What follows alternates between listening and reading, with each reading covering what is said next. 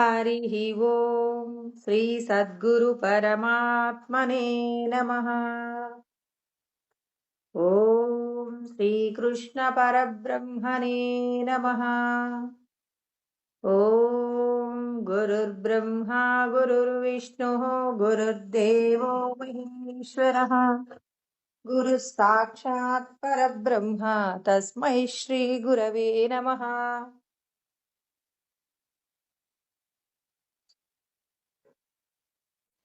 यस्य प्रसादादहमेव सर्वं मय्येव सर्वं परिकल्पितं च इत्थं विजानामि सदात्मरूपं तस्याङ्घ्रिपद्मं प्रणतोऽस्मि नित्यम् ब्रह्मानन्दं परमसुखदं केवलं ज्ञानमूर्तिं द्वन्द्वातीतं गगनसदृशं तत्त्वमस्यादिलक्ष्यम् एकं नित्यं विमलमचलं सर्वदी साक्षिभूतं भावातीतं त्रिगुणरहितं सद्गुरुं तं నమామి.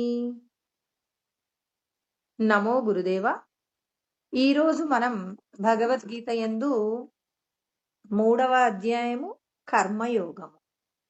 శ్రీకృష్ణ పరమాత్మ భగవంతుణ్ణి తెలుసుకోవడమే మీ అందరి యొక్క లక్ష్యము కాని దేహబంధాలకు సంబంధించినటువంటి సుఖ దుఃఖాలన్నీ కూడా నశించిపోయేవి, ఇంకా ఇవన్నీ కూడా మిథ్య, ఇంకా ఇవన్నీ కూడా ఒక కళ అని చెప్పేసి పరమాత్మ చెప్తూ ఉన్నారు.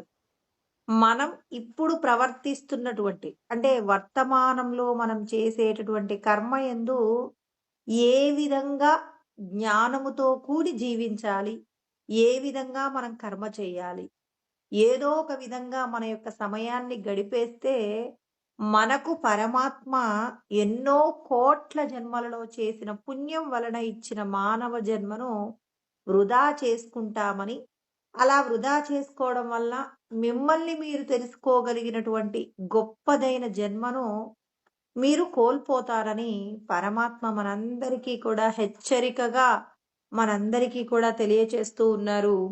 నీవు ఆత్మస్వరూపమే అనేటటువంటి నిశ్చయమైనటువంటి జ్ఞానము నీకుండి నిన్ను నువ్వు తెలుసుకోవడానికి ప్రయత్నం చెయ్యాలి. అందుకోసం జ్ఞానముతో కూడిన కర్మయే నిన్ను రక్షిస్తుంది. కానీ జ్ఞానము లేకుండా మనం పుట్టినప్పుడు నుంచి కూడా అజ్ఞానంతో జీవిస్తూ ఉన్నామన్నమాట. ఈ దేహమే నేను అనుకుంటూ దేహ సంబంధమైన విషయాల కోసమే మన సమయాన్నంతా కూడా గడిపేస్తూ ఉన్నామన్నమాట.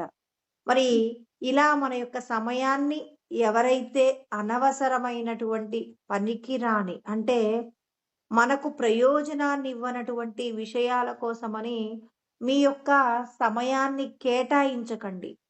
మిమ్మల్ని మీరు తెలుసుకోవడానికి ప్రయత్నం చెయ్యండి అని కృష్ణ పరమాత్మ మనందరికీ కూడా జ్ఞాన ప్రబోధం చేస్తూ ఉన్నారు. నీవెవరు, నేను ఈ శరీరము అంటున్నామంటే మనందరం కూడా అజ్ఞానంలో ఉన్నాం. నేను ఈ శరీరానికి సాక్షిగా ఉన్న ఆత్మస్వరూపమే అనే జ్ఞానముతో కూడి మనం చేసే ప్రతి పని ఎలా ఉండాలి అంటే భగవదర్పిత కర్మ, అంటే భగవంతుడికి ప్రీతికరమైన కర్మను చేస్తూ భగవంతుడికి సమర్పణ చేయాలి. దీనినే మనం ఏమంటాం, నిష్కామ కర్మ.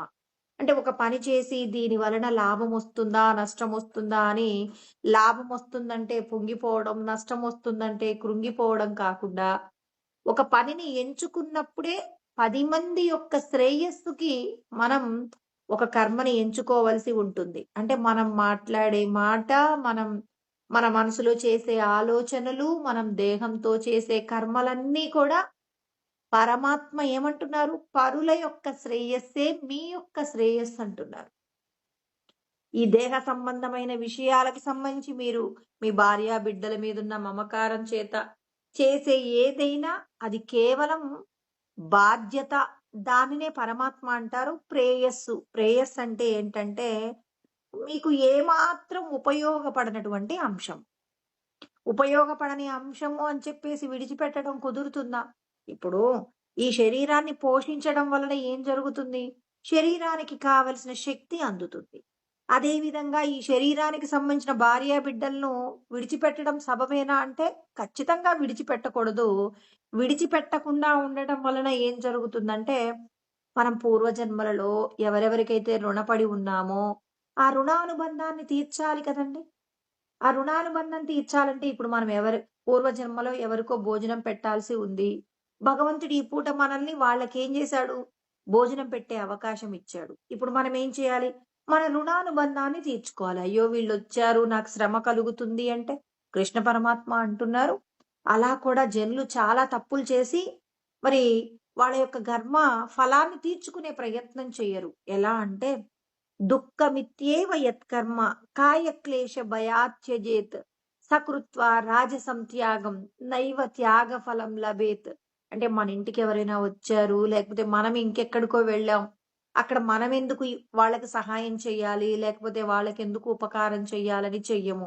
మన ఇంటికొచ్చిన తర్వాత ఎవరైనా వాళ్ళకేదో 2 మాటలు చెప్పి పంపిస్తారు కానీ, వాళ్ళకి ఆకలవుతుంటే భోజనం పెట్టాలని మనం అనుకోము. ఎందుకంటే కృష్ణ పరమాత్మ అంటున్నారు, ఇంతకంటే గొప్పగా రహస్యాలేముంటాయండి?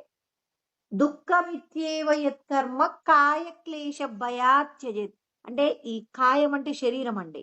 మన శరీరానికి క్లేశం అంటే బాధ కలుగుతుంది. ఇప్పుడు వంట చేసి భోజనం పెట్టాలంటే కొంత శ్రమించాలి కదా! దీనికి శ్రమ కలుగుతుందని భయము చేత ఏం చేస్తుంటారు? త్యజేత్ విడిచిపెడుతుంటారు. అందుకే దుఃఖమిత్యేవ యత్కర్మ. అంటే ఆ కర్మ మనల్ని ఏం చేస్తుంది? దుఃఖంలోకి పడవేస్తుంది అని చెప్పేసి మనం ఏం చేస్తామంటే, అప్పటికప్పుడు సులభంగా ఆ పని నుండి తప్పించుకోవడానికి మనం ఏం చేస్తామంటే, వివిధ రకాల ఆలోచనలు చేస్తాం. ఆ ఆలోచనలు పరమాత్మ ఏమంటున్నారు?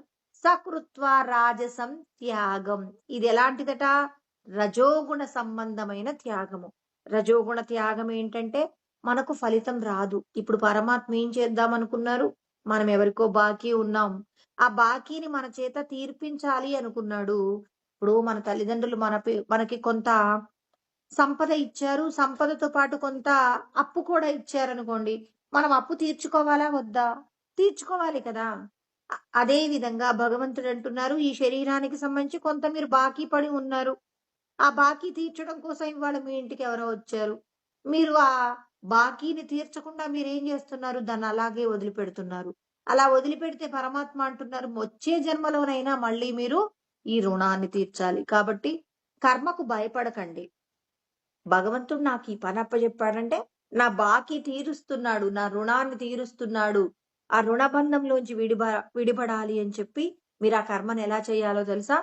ముక్త సంగోనహంవాది. అంటే ఏమాత్రం నేను వీళ్ళకి ఇది చేస్తున్నానని అహంకరించకుండా సంగమును అంటే విడిచిపెట్టండి. సంగమును విడిచిపెట్టండి. వాళ్ళకి నేను వీళ్ళకి ఇది చేయడం వల్ల ఏమైనా నాకు ప్రయోజనం వస్తుందా అని చెప్పి ప్రయోజనాన్ని ఆశించకండి. ఇంకా ఎలా చేయాలట ఒక పనిని? దృత్యుత్సాహ సమన్వితాహ. ధృతి అంటే ధైర్యంతో చెయ్యండి. ఉత్సాహంగా చెయ్యండి. నీరసంగా అబ్బా! వీళ్ళు మా ఇంటికొచ్చారు. వీళ్ళకి ఇవి నేను చేసి పెట్టాలా అని చెప్పేసి కాకుండా ఉత్సాహంగా ఉండండి. ధైర్యంగా చెయ్యండి. ఒకవేళ వాళ్ళకి మీరు ఎన్ని రకాలుగానో మీరు అన్ని రకాలుగా వాళ్ళకి సపర్యలు చేసి పెట్టారు. అప్పుడు మీరు ఫలితం కోరకండి. ఇప్పుడు మీరు ఎంతో కష్టపడి భోజనం వండి పెట్టారు. వాళ్ళు ఆ భోజనాన్ని బాగుందననివ్వండి, బాలేదననివ్వండి. ఫలితం గురించి మీరు ఎక్స్‌పెక్ట్ చేయకండి. సిద్ధ్యో నిర్వికారః. అంటే మీరు చేసి పెట్టిన దాని వల్ల బావుంది అనేటటువంటి ప్రశంస రానివ్వండి, బాలేదు అనేటటువంటి విమర్శ రానివ్వండి. మరి వీటి పట్ల మీరెలా ఉండాలి? అంటే ఆయనేమంటున్నాడు? నిర్వికారః. ఎటువంటి వికారమును పొందకండి. బాగుంది అని మీ వాళ్ళు అబ్బా! ఎంత బాగా చేసి పెట్టారమ్మా అంటే దానికి మీరు పొంగిపోకండి. ఏంటండి మీరు వండిన వంటల్లో ఉప్పు, కారాలు సరిగా లేవు, ఏం చేయలేదు అన్నారనుకోండి. ఎవరైనా కాస్త నోటి దూల ఉన్న మనుషులు ఏం చేస్తారంటే కాస్త మొహం మీదనే మాట్లాడే ప్రవర్తన ఉంటుంది. అలా అన్నారని చెప్పేసి మీరేమి వికారం పొందకండి, బాధపడకండి. ఇలా ఉంటే మీరు సత్వగుణముతో కూడిన కర్మ చేసిన వాళ్ళవుతారు అంటున్నారు. ఇక్కడ పరమాత్మ చెప్పిన ఇందాక నేను దుఃఖమిత్యేవ యత్కర్మ అంటే ఎక్కడ చెప్పారు? 18వ అధ్యాయంలో మనకు కృష్ణ పరమాత్మ 8వ శ్లోకంలో చెప్పారు. మరి ఈ విషయాన్ని మనం అంటే మనకు సంప్రాప్తించిన ఏదైతే ఒక బాధ్యత ఉందో, దాన్ని మనం ఎలా చేయాలట? మరి సత్వగుణంలో పరమాత్మ చెప్పారు. ఎలా? ఆసక్తి లేకుండా మీరు ఒక పనిని, కర్మని మనకి చెయ్యమని పరమాత్మ చెప్తున్నారు. అంటే ధైర్యంగా చెయ్యాలి, ఉత్సాహంగా చెయ్యాలి. భగవంతుడు నాకు ఈ బాధ్యత అప్పచెప్పారని ఈశ్వరుడు నన్నేమంటున్నారు? విడుదల పొందడానికి కావలసిన కర్మ చెయ్యమంటున్నారని, ఇది నా యొక్క బాధ్యత, నా కర్తవ్యమని మీరు పని చేయండి. మీ దేహానికి సంబంధించి ఏ విధమైనటువంటి కష్టనష్టాలు సంప్రాప్తించినప్పటికీ కూడా భయపడకండి. ధైర్యంగా చెయ్యమంటున్నాడు. ధైర్యంగా చేస్తూ మీరు దాని పట్ల ఆసక్తి లేకుండా, మరి దాని వలన పొగడ్త, తర్వాత తెగడ్త ఏది వచ్చినా వికారం పొందకుండా ఉండండి. చాలు. ఇప్పుడు మీరు నన్ను పొందేస్తారంటున్నాడు. భగవంతుడిని పొందడానికి మనకి ఎలాంటి ఉపమానాలు చెప్తున్నారు? మీకు ఏ విధమైనటువంటి ఆ రుణానుబంధాన్ని తీర్చవలసినటువంటి అవసరం వస్తుందో, ఆ అవసరాలన్నీ మీరేం చేయాలి? ఎప్పటికప్పుడు తీర్చేసుకునే ప్రయత్నం చేయండి. వాయిదా వేసేటటువంటి పద్ధతిని మీరు కొనసాగించకండి. అందుకే అంటారు వాయిదా పద్ధతి ఎప్పటికీ మంచిది కాదు అని పెద్దవాళ్ళు చెప్తారు కదా!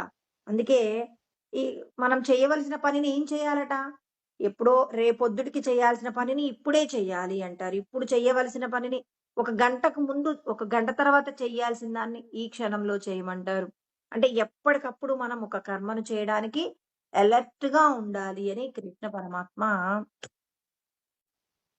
కర్మ నుండి తప్పించుకునే ప్రయత్నం కాకుండా, కర్మను చేయడానికి కావలసిన మెలకువలు తెలుసుకొని, మీ యొక్క బాధ్యతలను మీరు చాలా జాగ్రత్తగా నిర్వర్తించండి అని కృష్ణ పరమాత్మ చాలా చక్కటి ఉపమానాలతో మనకు సలహాలు, సూచనలు ఇస్తున్నారనమాట. నీవెవరు అంటే ఈ దేహమే అనుకుంటే ఒక పని చేయడం మనకు భారమవుతుంది. నేను ఈ దేహంలో ఉన్న సచ్చిదానందుడిని కాబట్టి, మరి సచ్చిదానంద స్వరూపానికి ఏ విధమైన బాధ్యతలు లేకపోయినా జీవుడేమయ్యాడు? ప్రకృతిలో ఉన్న విషయాల చేత బంధింపబడ్డాడు. బంధింపబడినటువంటి జీవుణ్ణి ఏం చేయాలి మనం? విడిపించాలి. విడిపించాలంటే మనసుకేం జేయాలి? జ్ఞానబోధ చెయ్యండి. మీ బుద్ధి యందు ఈశ్వరుడి యొక్క జ్ఞానం నింపండి. ఆ జ్ఞానంతో కూడి కర్మ చేయండి. అయ్యో! నాకెందుకండి ఈ కష్టాలు అని ఎప్పటికీ అనకండి. ఇది నా యొక్క బాధ్యత. ఇప్పుడు మనం ఎవరికైనా బాకీ ఉన్నాం, అప్పు తీర్చామనుకోండి, రిలాక్స్ అవుతాం. అదే విధంగా ఇవాళ కష్టమొచ్చింది. ఆ కష్టాన్ని ఎదుర్కోండి. ఎదుర్కొని వెంటనే రిలాక్స్ అవ్వండి. హమ్మయ్య! ఒక రుణంలో నుంచి నేను బయటపడ్డాను. ఈశ్వరుడు నాకేం చేశాడు? ఎంత పెద్ద కష్టాన్నో ఇంత చిన్న రూపంలో నాకిచ్చాడు. నా చేత చాలా జాగ్రత్తగా తీర్చివేయించాడని చాలా సంతోషంగా ఉండండి. అప్పు తీరితే ఎంత సంతోషంగా ఉంటారో, ఒక కష్టం వచ్చినప్పుడు ఆ కష్టానికి భయపడకుండా కష్టాన్ని ఎదుర్కోండి. ఆ కష్టం అయిపోగానే నా రుణం తీర్చేశారు స్వామి అని భగవంతుడికి కృతజ్ఞత చెప్పండి అని కృష్ణ పరమాత్మ మన అందరికీ కూడా కర్మ చేయడంలో మెలకువలు నేర్పిస్తున్నారనమాట. అందుకే ఆయన ఏమంటున్నాడు? చాలా చక్కగా మనకు ఉపమానాలతో చెప్పారు. ఏమన్నారు? మయి సర్వాణి కర్మాణి సన్యస్యాధ్యాత్మ చేతస నిరాశి నిర్మమో భూత్వా యుధ్యస్వ విగత జ్వర. అంటే పరమాత్మ చూడండి, మనకి నిన్న మనం చెప్పనటువంటి మాటలలో విగత జ్వర అనే పదం మొన్న చెప్పుకున్నాం గాని నిన్న చెప్పలేదు. విగత జ్వర అంటే పరమాత్మ చెప్తారు, మనకు మానసికమైన, శారీరకమైనటువంటి జ్వరాలుంటాయండి. కృష్ణ పరమాత్మ భగవద్గీతను ఏ వ్యాధి నుండి బయటపడేసే ప్రయత్నం చేశారు అంటే, మానసికమైనటువంటి జ్వరం నుంచి బయటపడే ప్రయత్నం చేశారు. అందుకే పెద్దవాళ్ళు ఏమంటారు? మనాదికి మందు లేదు, దివాలుకు దిక్కు లేదు అనే మాట మాట్లాడతారు. ఎందుకు? అంటే ఇప్పుడు మనకి ఎన్ని రకాల వస్తువులున్నా మనసు యందు ఏదో ఒక చింత ఉందనుకోండి, ఆ చింతకు మందు వేయలేం. కృష్ణ పరమాత్మ మాత్రమే వేయగలరు ఏ చింతకైనా. ఎందుకు మా ఇంటి నిండా ఇంతమంది బంధువులొస్తుంటారు అని జెప్పి మీరు బాధపడుతున్నారు. కానీ వచ్చిన వాళ్ళందరికీ అన్నీ చేస్తున్నారు. కానీ మనసులో చింతన ఉంది. అప్పుడు మనకు భగవంతుడు చెప్పే జ్ఞానంతో సమాధానం వచ్చేసిందండి. పూర్వజన్మలో మనం ఎవరెవరికైతే రుణపడి ఉన్నామో, ఆ రుణాన్ని తీర్చడం కోసం పరమాత్మ మన ఇంటికి మనం కోరకుండానే చాలా మంది అతిథులు కానివ్వండి, ఎవరో వస్తూనే ఉంటారు. వాళ్ళకి ఏదో ఒకటి ఇస్తూనే ఉంటాం, పంపిస్తూనే ఉంటాం. ఏంటండి నాకీ కర్మ అంటే, నువ్వు రుణపడిపోయావు. ఆ రుణం తీరేంత వరకు నీ ఇంటికొస్తారు. ఎప్పుడైతే రుణం తీరిపోయిందో ఇక వాళ్ళు మన ఇంటికి రావడం మానేస్తారు. ఏదో ఒక కారణం చేత. ఇప్పుడు చూడండి, మన మానసికమైనటువంటి చింత పోయిందా లేదా? చింత పోవాలి అనంటే నీకు ఎంతమంది ఎన్ని విధాలుగా సమాధానం చెప్పినా నీకు అది సరిపోదు. ఈశ్వరుడి యొక్క జ్ఞానమే నీ యొక్క ప్రశ్నలన్నింటికీ సమాధానం. అందుకే యస్మిన్ విజ్ఞాతే సర్వమిదం విజ్ఞాతం అంటారనమాట. ఏ జ్ఞానం తెలుసుకుంటే సమస్తము కూడా నెరవేరుతాయో, అలా సమస్తము నెరవేరగలిగినటువంటి జ్ఞానము కృష్ణ పరమాత్మ చెప్తున్నారు. శరీరానికి సంబంధించిన వ్యాధి కలిగితే డాక్టర్ గారి దగ్గరికి వెళ్తే మందేస్తారు. మానసికమైనటువంటి జ్వరం వస్తే కృష్ణ పరమాత్మ అంటున్నారు, మీ మనస్సుకు జ్వరం ఎందుకు వస్తుంది? దేహ సంబంధమైన విషయాలతో తాదాత్మ్యత చెందుతున్నారు. ఆ తాదాత్మ్యత నుంచి బయటపడాలంటే మనసు ఎక్కడి నుంచి పుట్టింది? ఆనంద సాగరంలో నుంచి పుట్టింది. లక్ష్మీదేవి ఎక్కడి నుంచి పుట్టింది? క్షీరసాగరంలో నుంచి, అంటే పాల సముద్రంలో నుంచి అమ్మ పుట్టినట్టు మన మనసు కూడా ఆనంద సాగరంలో నుంచే పుట్టింది. కాబట్టి మళ్ళీ మన మనస్సుకి ఏం చేయాలి? ఆనందాన్ని గుర్తు చేయాలన్నమాట. అంటే మరచిపోయినటువంటి జ్ఞానాన్ని మన మనసుకు గుర్తు చేయాలి. మనసు ఏం చేస్తుంది? పూర్వజన్మ సంస్కారాల చేత, పూర్వజన్మలో మరి ఇంద్రియాలతో కూడి మన మనసు చేసినటువంటి కర్మలకు సంబంధించి ఏవైతే రుణానుబంధాలు ఉన్నాయో వాటన్నింటికి సంబంధించినటువంటి వాసనల చేత బాధపడుతూ ఉంటుందన్నమాట. బాధపడేటటువంటి మనస్సుకు ఏం చేయాలి మనం? ఇక్కడేమన్నా ఆ వాసనలకు సంబంధించిన సమాధానాలు చెప్తున్నామా? చెప్పట్లేదు. మనసు యొక్క గొప్పతనం చెప్తున్నాం. మనసు యొక్క గొప్పతనం ఏముంది ఇక్కడ అంటే, నువ్వు ఆనందానికి చేరపడ్డావు. నీవెవరు అనంటే ఆనంద సాగరమే. కానీ నువ్వు కొద్ది రోజుల పాటు భూమి మీద ఉండేటటువంటి శరీరానికి సంబంధించిన బాధ్యత నీది పూర్ణమైన స్థితి కాదు. నువ్వెవరు అంటే, నువ్వు పరమాత్మ యొక్క ఆనందం అనుభవించడానికి మాత్రమే నీకు అర్హత ఉంది. కాబట్టే దేహ సంబంధమైన విషయాలలో, అంటే తాత్కాలికమైనటువంటి శరీరం నుంచి నువ్వు ఆనందం పొందాలనుకుంటున్నావు. ఆనందము ఎక్కడ దొరుకుతుంది అంటే, శాశ్వతమైన వస్తువు నుంచి ఆనందం దొరుకుతుంది. కానీ మరి వికారాలతో కూడిన శరీరం నుంచి ఆనందం ఎలా పొందుతారు? ఇప్పుడు బాల్యంలో ఆనందం ఉంటుందంటాం. మరి బాల్యంలో ఎప్పుడు ఉండగలుగుతామా? పోనీ యవ్వనంలో ఆనందం ఉంటుందంటారు. అందుకోసం అని చెప్పేసి కొంతమంది యవ్వనాన్ని కూడా మరి తమ పిల్లల దగ్గర నుంచి తీసుకున్నారు అనేటటువంటి విషయాలు కూడా మనం గతంలో తెలుసుకున్నాం. కానీ ఆనందం అనేది వేరొకరు మనకి ఎన్ని యవ్వనాలిచ్చినా ఆ యవ్వనంతో మనం పూర్తిగా ఆనందం పొందగలుగుతామా? పొందలేము. యవ్వనం అనేది శాశ్వతంగా ఉంటుందా అంటే కొద్ది రోజులే ఉంటుంది. అంటే మార్పులతో కూడినటువంటి శరీరం నుంచి ఆనందం పొందాలనుకోవడం చాలా మరి అసత్యంతో కూడిన విషయం. కాబట్టి అందుకే మనం ఏం చేయాలి? ఇహమూత్ర పరభోగ విరాగము అంటారు. నిత్య అనిత్య వస్తు వివేకం అంటారు. శాశ్వతమైన వస్తువు నుంచి ఆనందం వస్తుంది. అశాశ్వతమైన కొద్ది రోజులు మాత్రమే కలిసి ఉండే వస్తువులతో ఆనందం ఉంటుందా? ఓ టీవీ కొనుక్కున్నాం, అది పర్మనెంట్ గా ఇది నడుస్తూనే ఉండాలి, నేను చాలా డబ్బులు పెట్టి కొన్నానంటే కుదురుతుందా? కొద్ది రోజులే ఆనందం ఉంటుంది. శరీరంతో కూడా కొద్ది రోజులే ఆనందం ఉంటుంది. మరి నువ్వు శాశ్వతమైన ఆనందం పొందాలి అంటే మరి స్వర్గంలోకి వెళ్ళిన తర్వాత ఆనందం ఉంటుందా? లేదు. స్వర్గంలో కూడా ఇక్కడ నువ్వు పుణ్యం చేస్తే 1,00,000 సంవత్సరాలకు సరిపడే పుణ్యం ఉందనుకోండి, ఆ 1,00,000 సంవత్సరాలు మాత్రమే నువ్వు అక్కడ ఆనందంతో ఉంటావు. మళ్ళీ క్షీణే పుణ్యే మర్త్యలోకం విశంతి. పుణ్యమైపోగానే మళ్ళీ స్వర్గంలోంచి మనల్ని ఎక్కడికి నెడతారు? భూమి మీదకి నెడతారు. పోనీ ఇక్కడ ఆనందం ఉంది. అందుకే ఇహమూత్ర ఫలభోగ విరాగం. స్వర్గంలో శాశ్వతమైనటువంటి ఆనందం లేదు. పోనీ భూలోకంలో పర్మనెంట్ ఆనందం ఉందా అంటే లేదు. ఎందుకంటే మరి వికారాలతో కూడినటువంటి ఈ జగత్తులో నీకు ఆనందం లేదు. కానీ వీటన్నింటినీ అది మరి ధరించినటువంటి అధిష్టానమైన ఆత్మ గురించి తెలుసుకున్నారా? ఆ ఆత్మయందు ఉన్నటువంటి ఆనందాన్ని గనక మీరు పొందితే, ఆ ఆనందం ఏం చేస్తుంది? మిమ్మల్ని పూర్ణమైనటువంటి స్థితిలోకి మిమ్మల్ని తీసుకెళ్తుంది. కాబట్టి మన మనసుకు ఎటువంటి జ్ఞానబోధ చేయాలి? ఆత్మానుభూతిని పొందడానికి మన మనస్సుని సంసిద్ధం చేయాలి. అందుకే కృష్ణ పరమాత్మ ఏమంటున్నారు? అధ్యాత్మ చేతస, ఆధ్యాత్మికమైన మనస్సు. మీ మనస్సు నశించిపోయేటటువంటి విషయాల కోసం పరితపించకుండా ఈశ్వరుడిని మాత్రమే పొందడం కోసం అని చెప్పి సంసిద్ధం చెయ్యండి.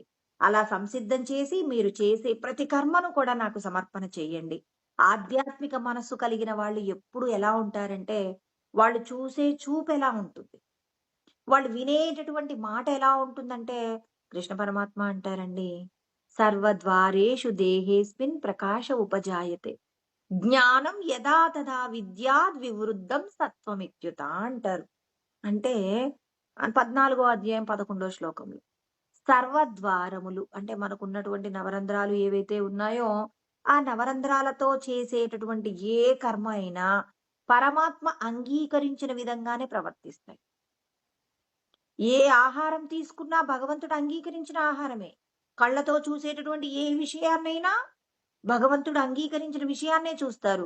చెవి ద్వారా వినేది ఇలా నవరంధ్రాలతో ఏ కర్మ చేస్తున్నారో, చేసేటటువంటి ప్రతి కర్మ యందు కూడా శుద్ధతయే ఉంటుంది. శుద్ధత ఉంటుందంటే మనం మాట్లాడే మాటలు ఇతరులను ఇబ్బంది పెట్టవు. మనం ఇతరులను ఎవరైనా ఏదైనా విషయం చెప్తుంటే మంచి మాటలే వినే ప్రయత్నం చేస్తాం. అవతలి వాళ్ళు ఏదైనా పరుషంగా మాట్లాడుతుంటే ఆ మాటల నుంచి దూరంగా వెళ్ళిపోయే ప్రయత్నం చేస్తాం. ఇలా ఏం చేయాలి? భగవంతుడి యొక్క జ్ఞానము నీకు పూర్ణంగా ఉందా లేదా అనేది నువ్వే టెస్ట్ చేసుకోవచ్చు. నువ్వు ఎలాంటి ఆహారం తింటున్నావు? సులభంగా జీర్ణమయ్యే ఆహారం తింటున్నారనుకోండి, భగవంతుడు చెప్పిన విధానాన్ని పాటిస్తున్నారు. ఆ తర్వాత మనం చూసేటటువంటి చూపు ఎవరైనా ఐశ్వర్యవంతులు కనపడుతుంటే, ఈశ్వరుడు ఇంత గొప్పగా ఐశ్వర్యంతో ఉన్నాడు. వీళ్ళు ఇంకా ఇంకా గొప్పగా ఉండాలని కోరుకుంటున్నాం. అంటే మనకు అసూయ లేదు. ఇంకా ఎవరైనా పేదవాళ్ళు కనపడుతున్నారు. భగవంతుడా వీళ్ళేదైనా మంచి సత్కార్యం చేయాలి, పరులకు ఉపకారం కలిగించే పనులు చేసేలాగా మీరే వాళ్ళకు జ్ఞానం అందించండని పరమాత్మని వేడుకుంటున్నాం. అదే మనకి జ్ఞానం లేనప్పుడైతే మనకంటే తక్కువ స్థాయిలో ఉన్న వాళ్ళని చూస్తే అహంకరించే ప్రయత్నం చేస్తాం. అందుకే అహంకార విచారణ చేస్తే బ్రహ్మనిష్ట ఏర్పడుతుందండి.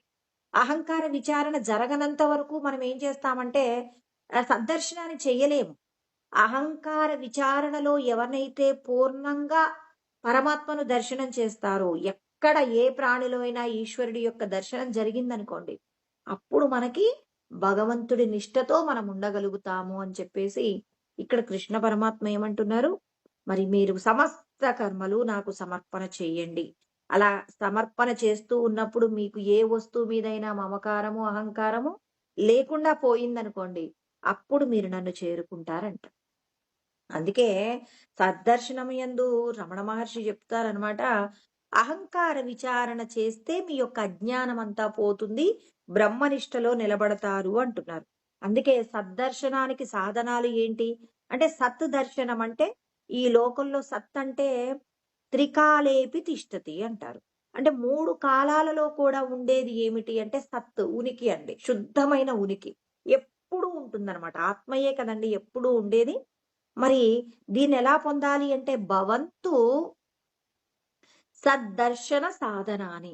అంటే సద్దర్శన సాధనాలు ఎవరైతే చేస్తారో వాళ్ళు The person you are speaking with has పరమాత్మను మనం పొందాలి అంటే ఇక్కడ ఏం చేయాలి అంటే చెప్తారనమాట. ఏమంటారు?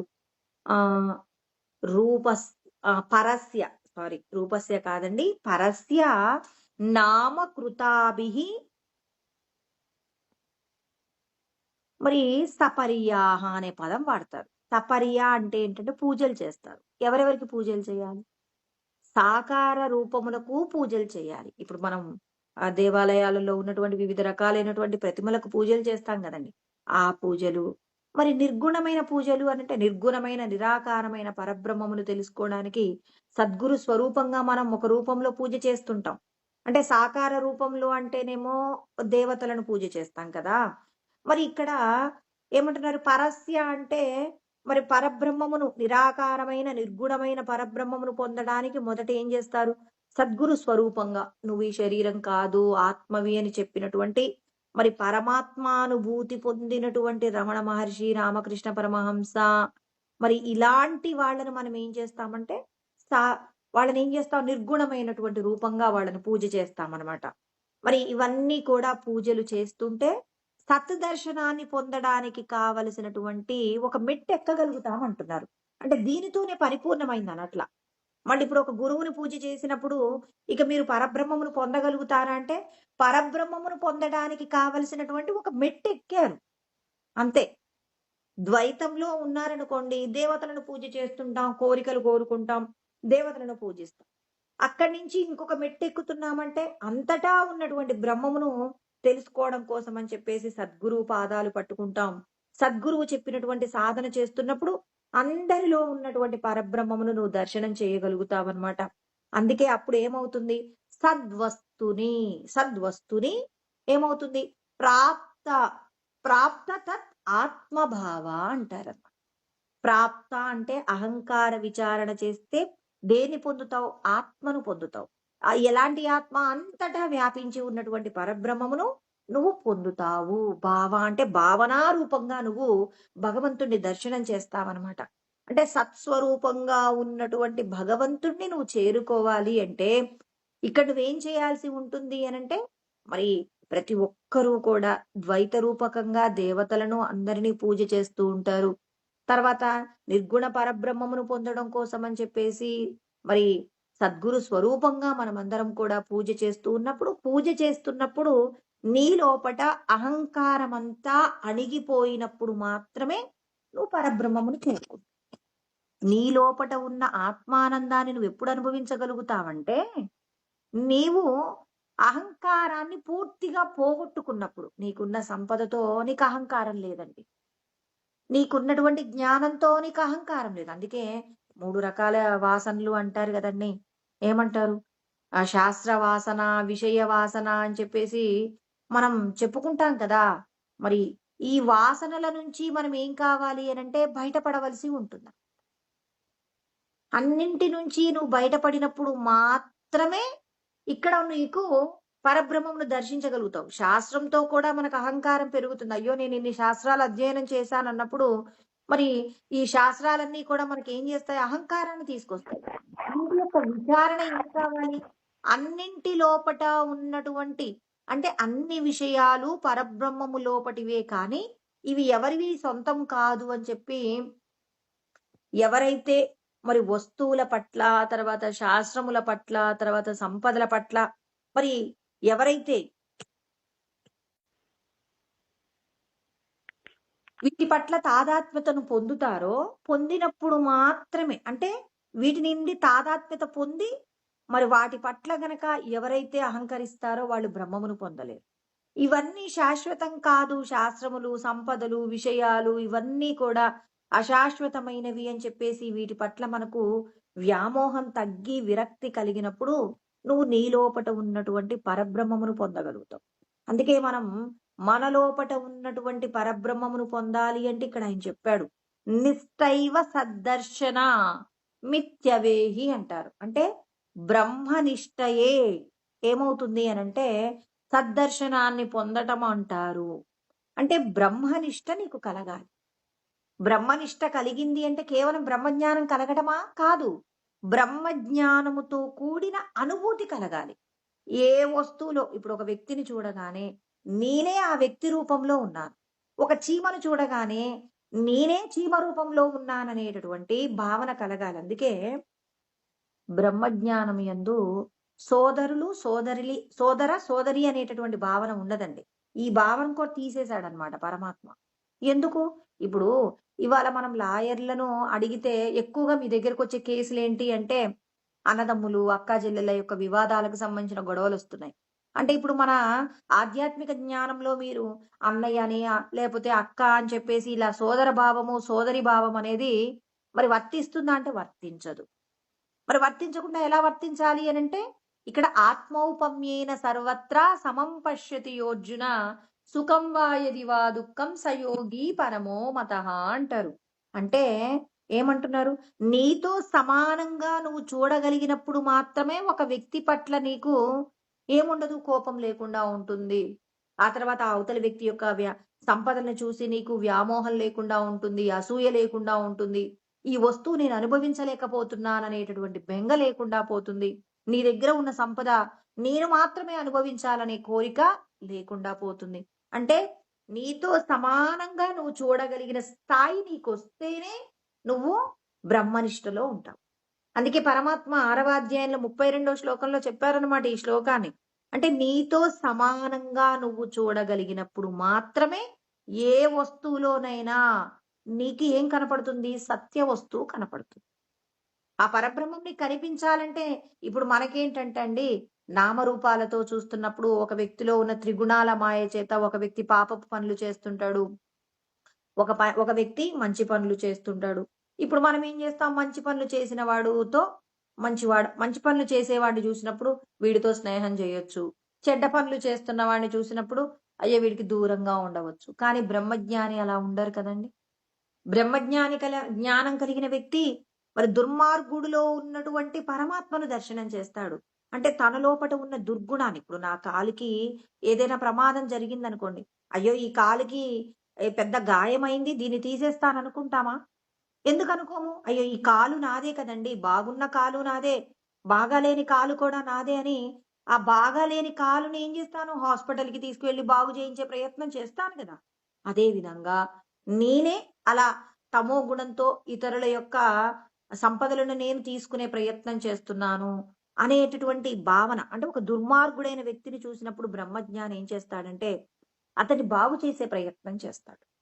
అందుకే బ్రహ్మజ్ఞానం కలిగిన వాళ్ళు అందరికి లోకంలో ఉన్న వాళ్ళందరికీ జ్ఞానం పొందాలి. కాబట్టి మీరు ప్రయత్నం చేయండి అని ఒక మాట చెప్తాడు. అవతలి వాడు వినలేదనుకోండి విడిచిపెడతాడు. భగవంతుడు ఇప్పుడు ఒకరికి ఇద్దరు పిల్లలున్నారండి. ఒక పిల్లవాడు చెప్పిన మాట వింటాడు. ఇంకో పిల్లవాడు ఏ మాట చెప్పినా వినడండి. విననప్పుడు కొద్ది రోజులు అతన్ని వదిలేస్తాడనమాట. వదిలేసిన తర్వాత వాడు చేసినటువంటి దుర్మార్గమైన పనుల చేత ఒకరోజు దెబ్బతింటాడు. అన్నీ పోగొట్టుకొని ఏడుస్తూ మళ్ళీ తల్లిదండ్రుల వైపు చూస్తాడు. అప్పుడు ఆ తల్లిదండ్రులు, "అరే! నేను ఆ రోజు ఆ మాట చెప్తే వినలేదు గదా! నువ్వు నాకు అవసరం లేదని" తల్లిదండ్రులు వెళ్ళగొడతారా?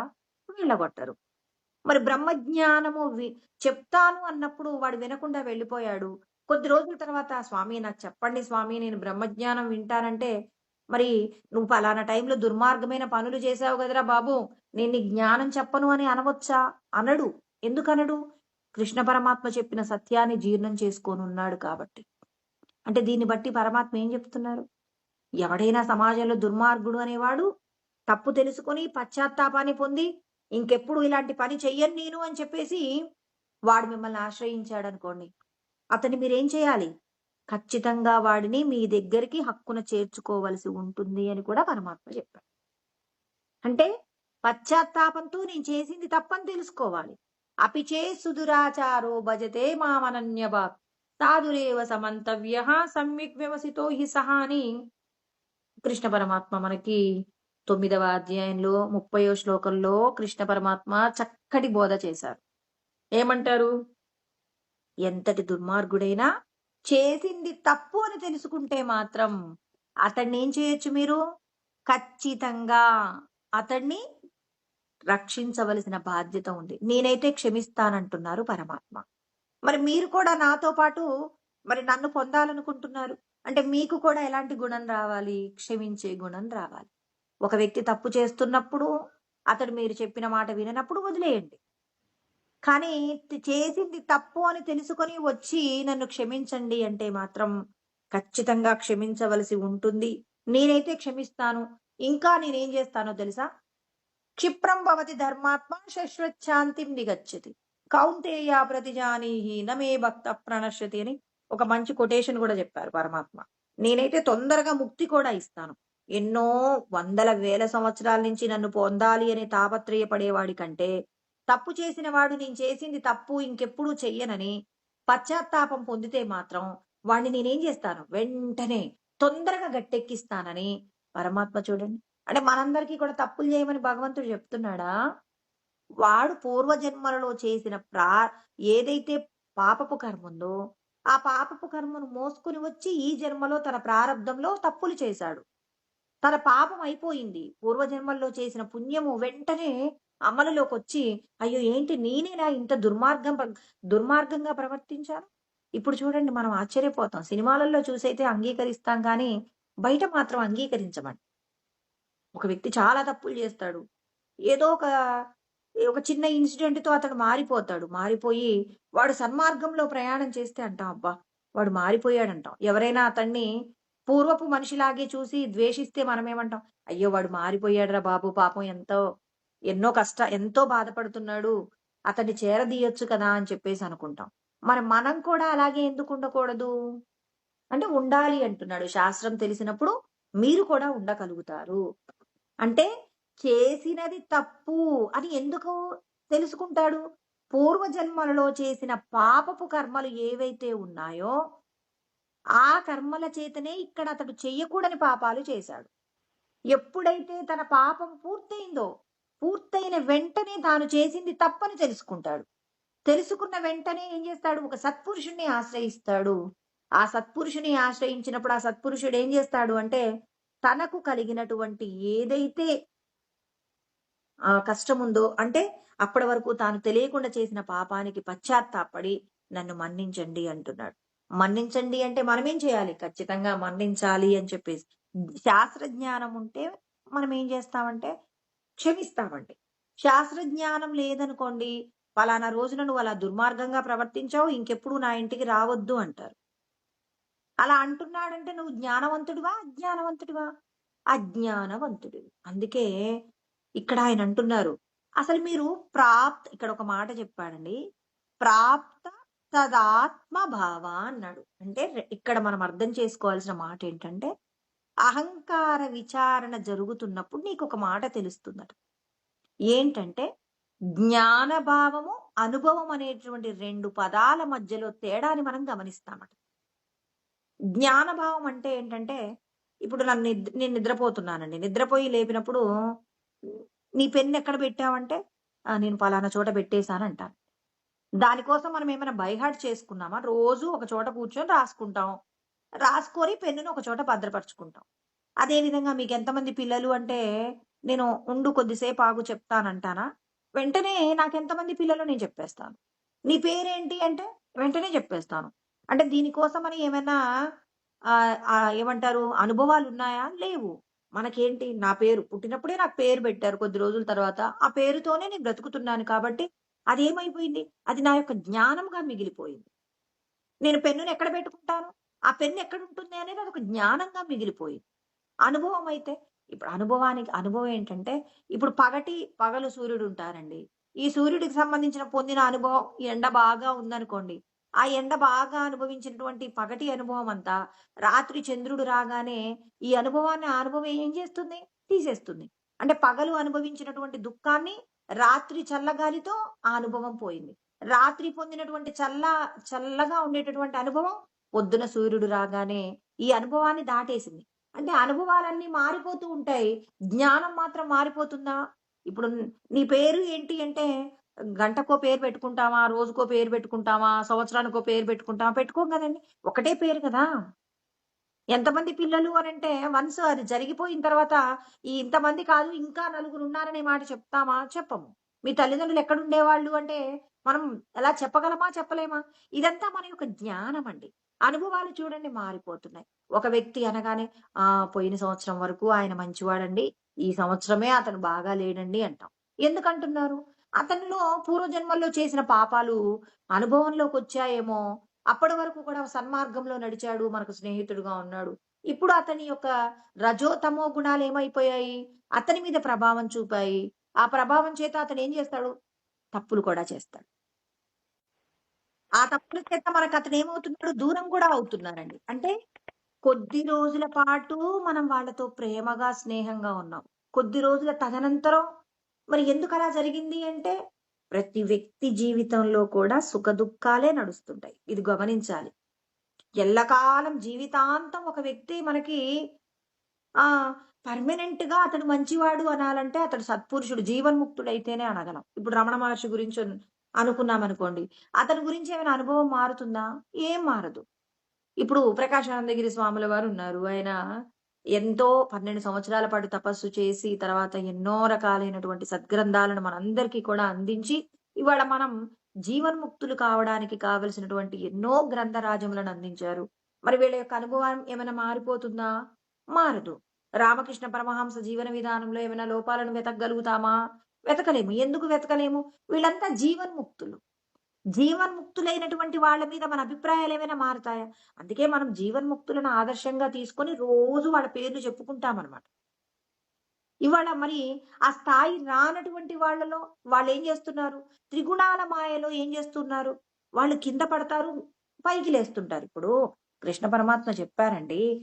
సదృశం చేష్టతే స్వస్యాహ ప్రకృతేర్జ్ఞానవానపి ప్రకృతిం యాంతి భూతాని నిగ్రహ కిం కరిష్యతి అన్నారు.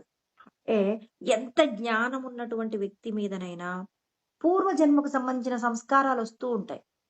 నా కుటుంబము, నా పిల్లలు అనేటటువంటి ఆలోచన రాగానే తెలిసిన ధర్మాన్ని కూడా విడిచిపెట్టేసి మనం ఏం చేస్తాము? స్వార్థంతో ప్రవర్తించే అవకాశాలు ఉంటాయంటున్నారా? ఉండవంటున్నారా?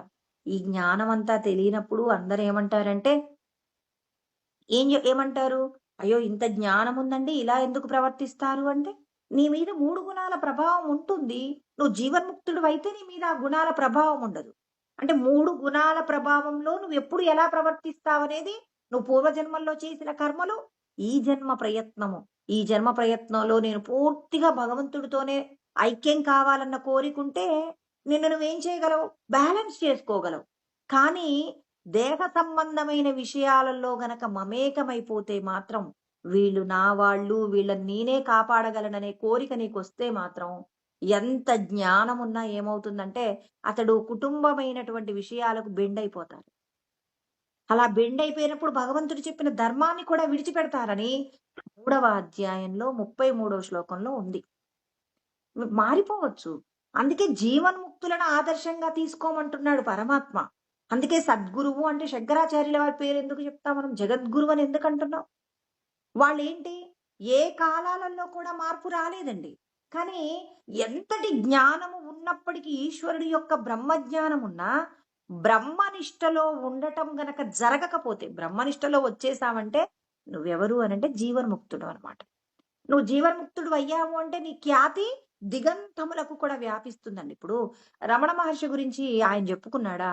అయ్యో! నేను గొప్పవాడిని అయిపోయానండి అని చెప్పేసి చెప్పుకున్నాడా? అతని యొక్క ఖ్యాతి విశ్వానికి ఎందుకు వ్యాపించింది?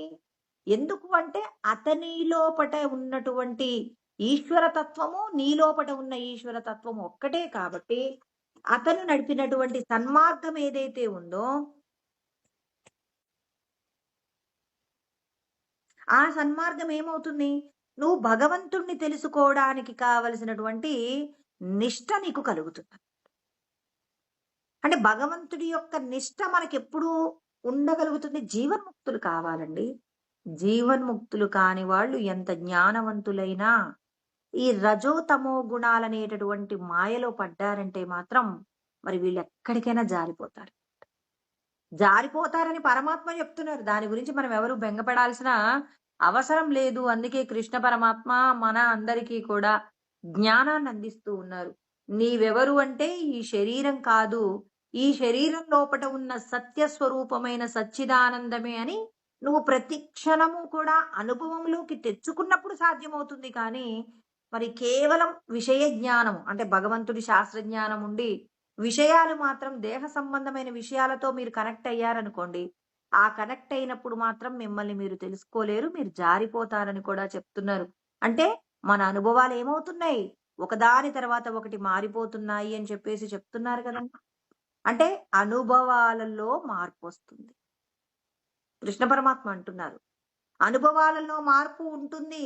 కానీ జ్ఞానంలో మార్పు ఉంటుందా? జ్ఞానములో ఎట్టి పరిస్థితిలో మార్పు ఉండదు. అందుకే మనం ఏ క్షణంలోనైనా నేను ఆత్మని అనేటటువంటి జ్ఞానాన్ని మన హృదయమునందు ప్రతిష్ఠ చేయాలి. అలా ప్రతిష్ఠ చేసి బాగా మననం చేయాలి. సద్గురు మంత్ర స్మరణము చేయవే మనసా అంటే సద్గురువు చెప్పిన మంత్రం ఏమయ్యింది? నీవు ఆత్మవి ఆత్మవి అనేటటువంటి జ్ఞానాన్ని ప్రతి క్షణం కూడా నువ్వేం చేయాలి? మరి ఆత్మనే అనేటటువంటి జ్ఞానాన్ని నువ్వు ప్రతిష్ఠ చేయాలి. ఎలా అయితే నువ్వు ఈ శరీరానికి సంబంధించి నువ్వు స్త్రీ అయితే స్త్రీ అని, పురుషుడు అయితే పురుషుడు అని, తర్వాత దేహానికి సంబంధించిన విషయాలు మాకింత ఆస్తి ఉంది, మా దగ్గర ఇంత డబ్బు ఉంది, ఇన్ని ఇండ్లున్నాయని మనం చెప్పడం ఎలా అయితే జ్ఞానం అవుతుందో, అదే విధంగా నేను ఆత్మని అనేటటువంటి జ్ఞానంతో గనక మనం ప్రవర్తిస్తున్నప్పుడు దేహ సంబంధమైన జ్ఞానానికి సంబంధించిన విషయాలన్నీ ఒక్కొక్కటిగా మనం చెడుపుకుంటూ రావచ్చు. నా వెంట ఈ ఆస్తులు రావు, ఈ సంపదలు రావు, ఈ బంధువులు రారు. ఇలా ఒక్కొక్క విషయము మన వెంట రాదు, రాదు అని డిలీట్ చేస్తూ ఆత్మ మాత్రమే హ్మ్. ఆత్మతో మాత్రమే నేనుండాలి. ఆత్మలో మాత్రమే మరి శాశ్వతమైన ఆనందం ఉంది అని మనం అనుకున్నప్పుడు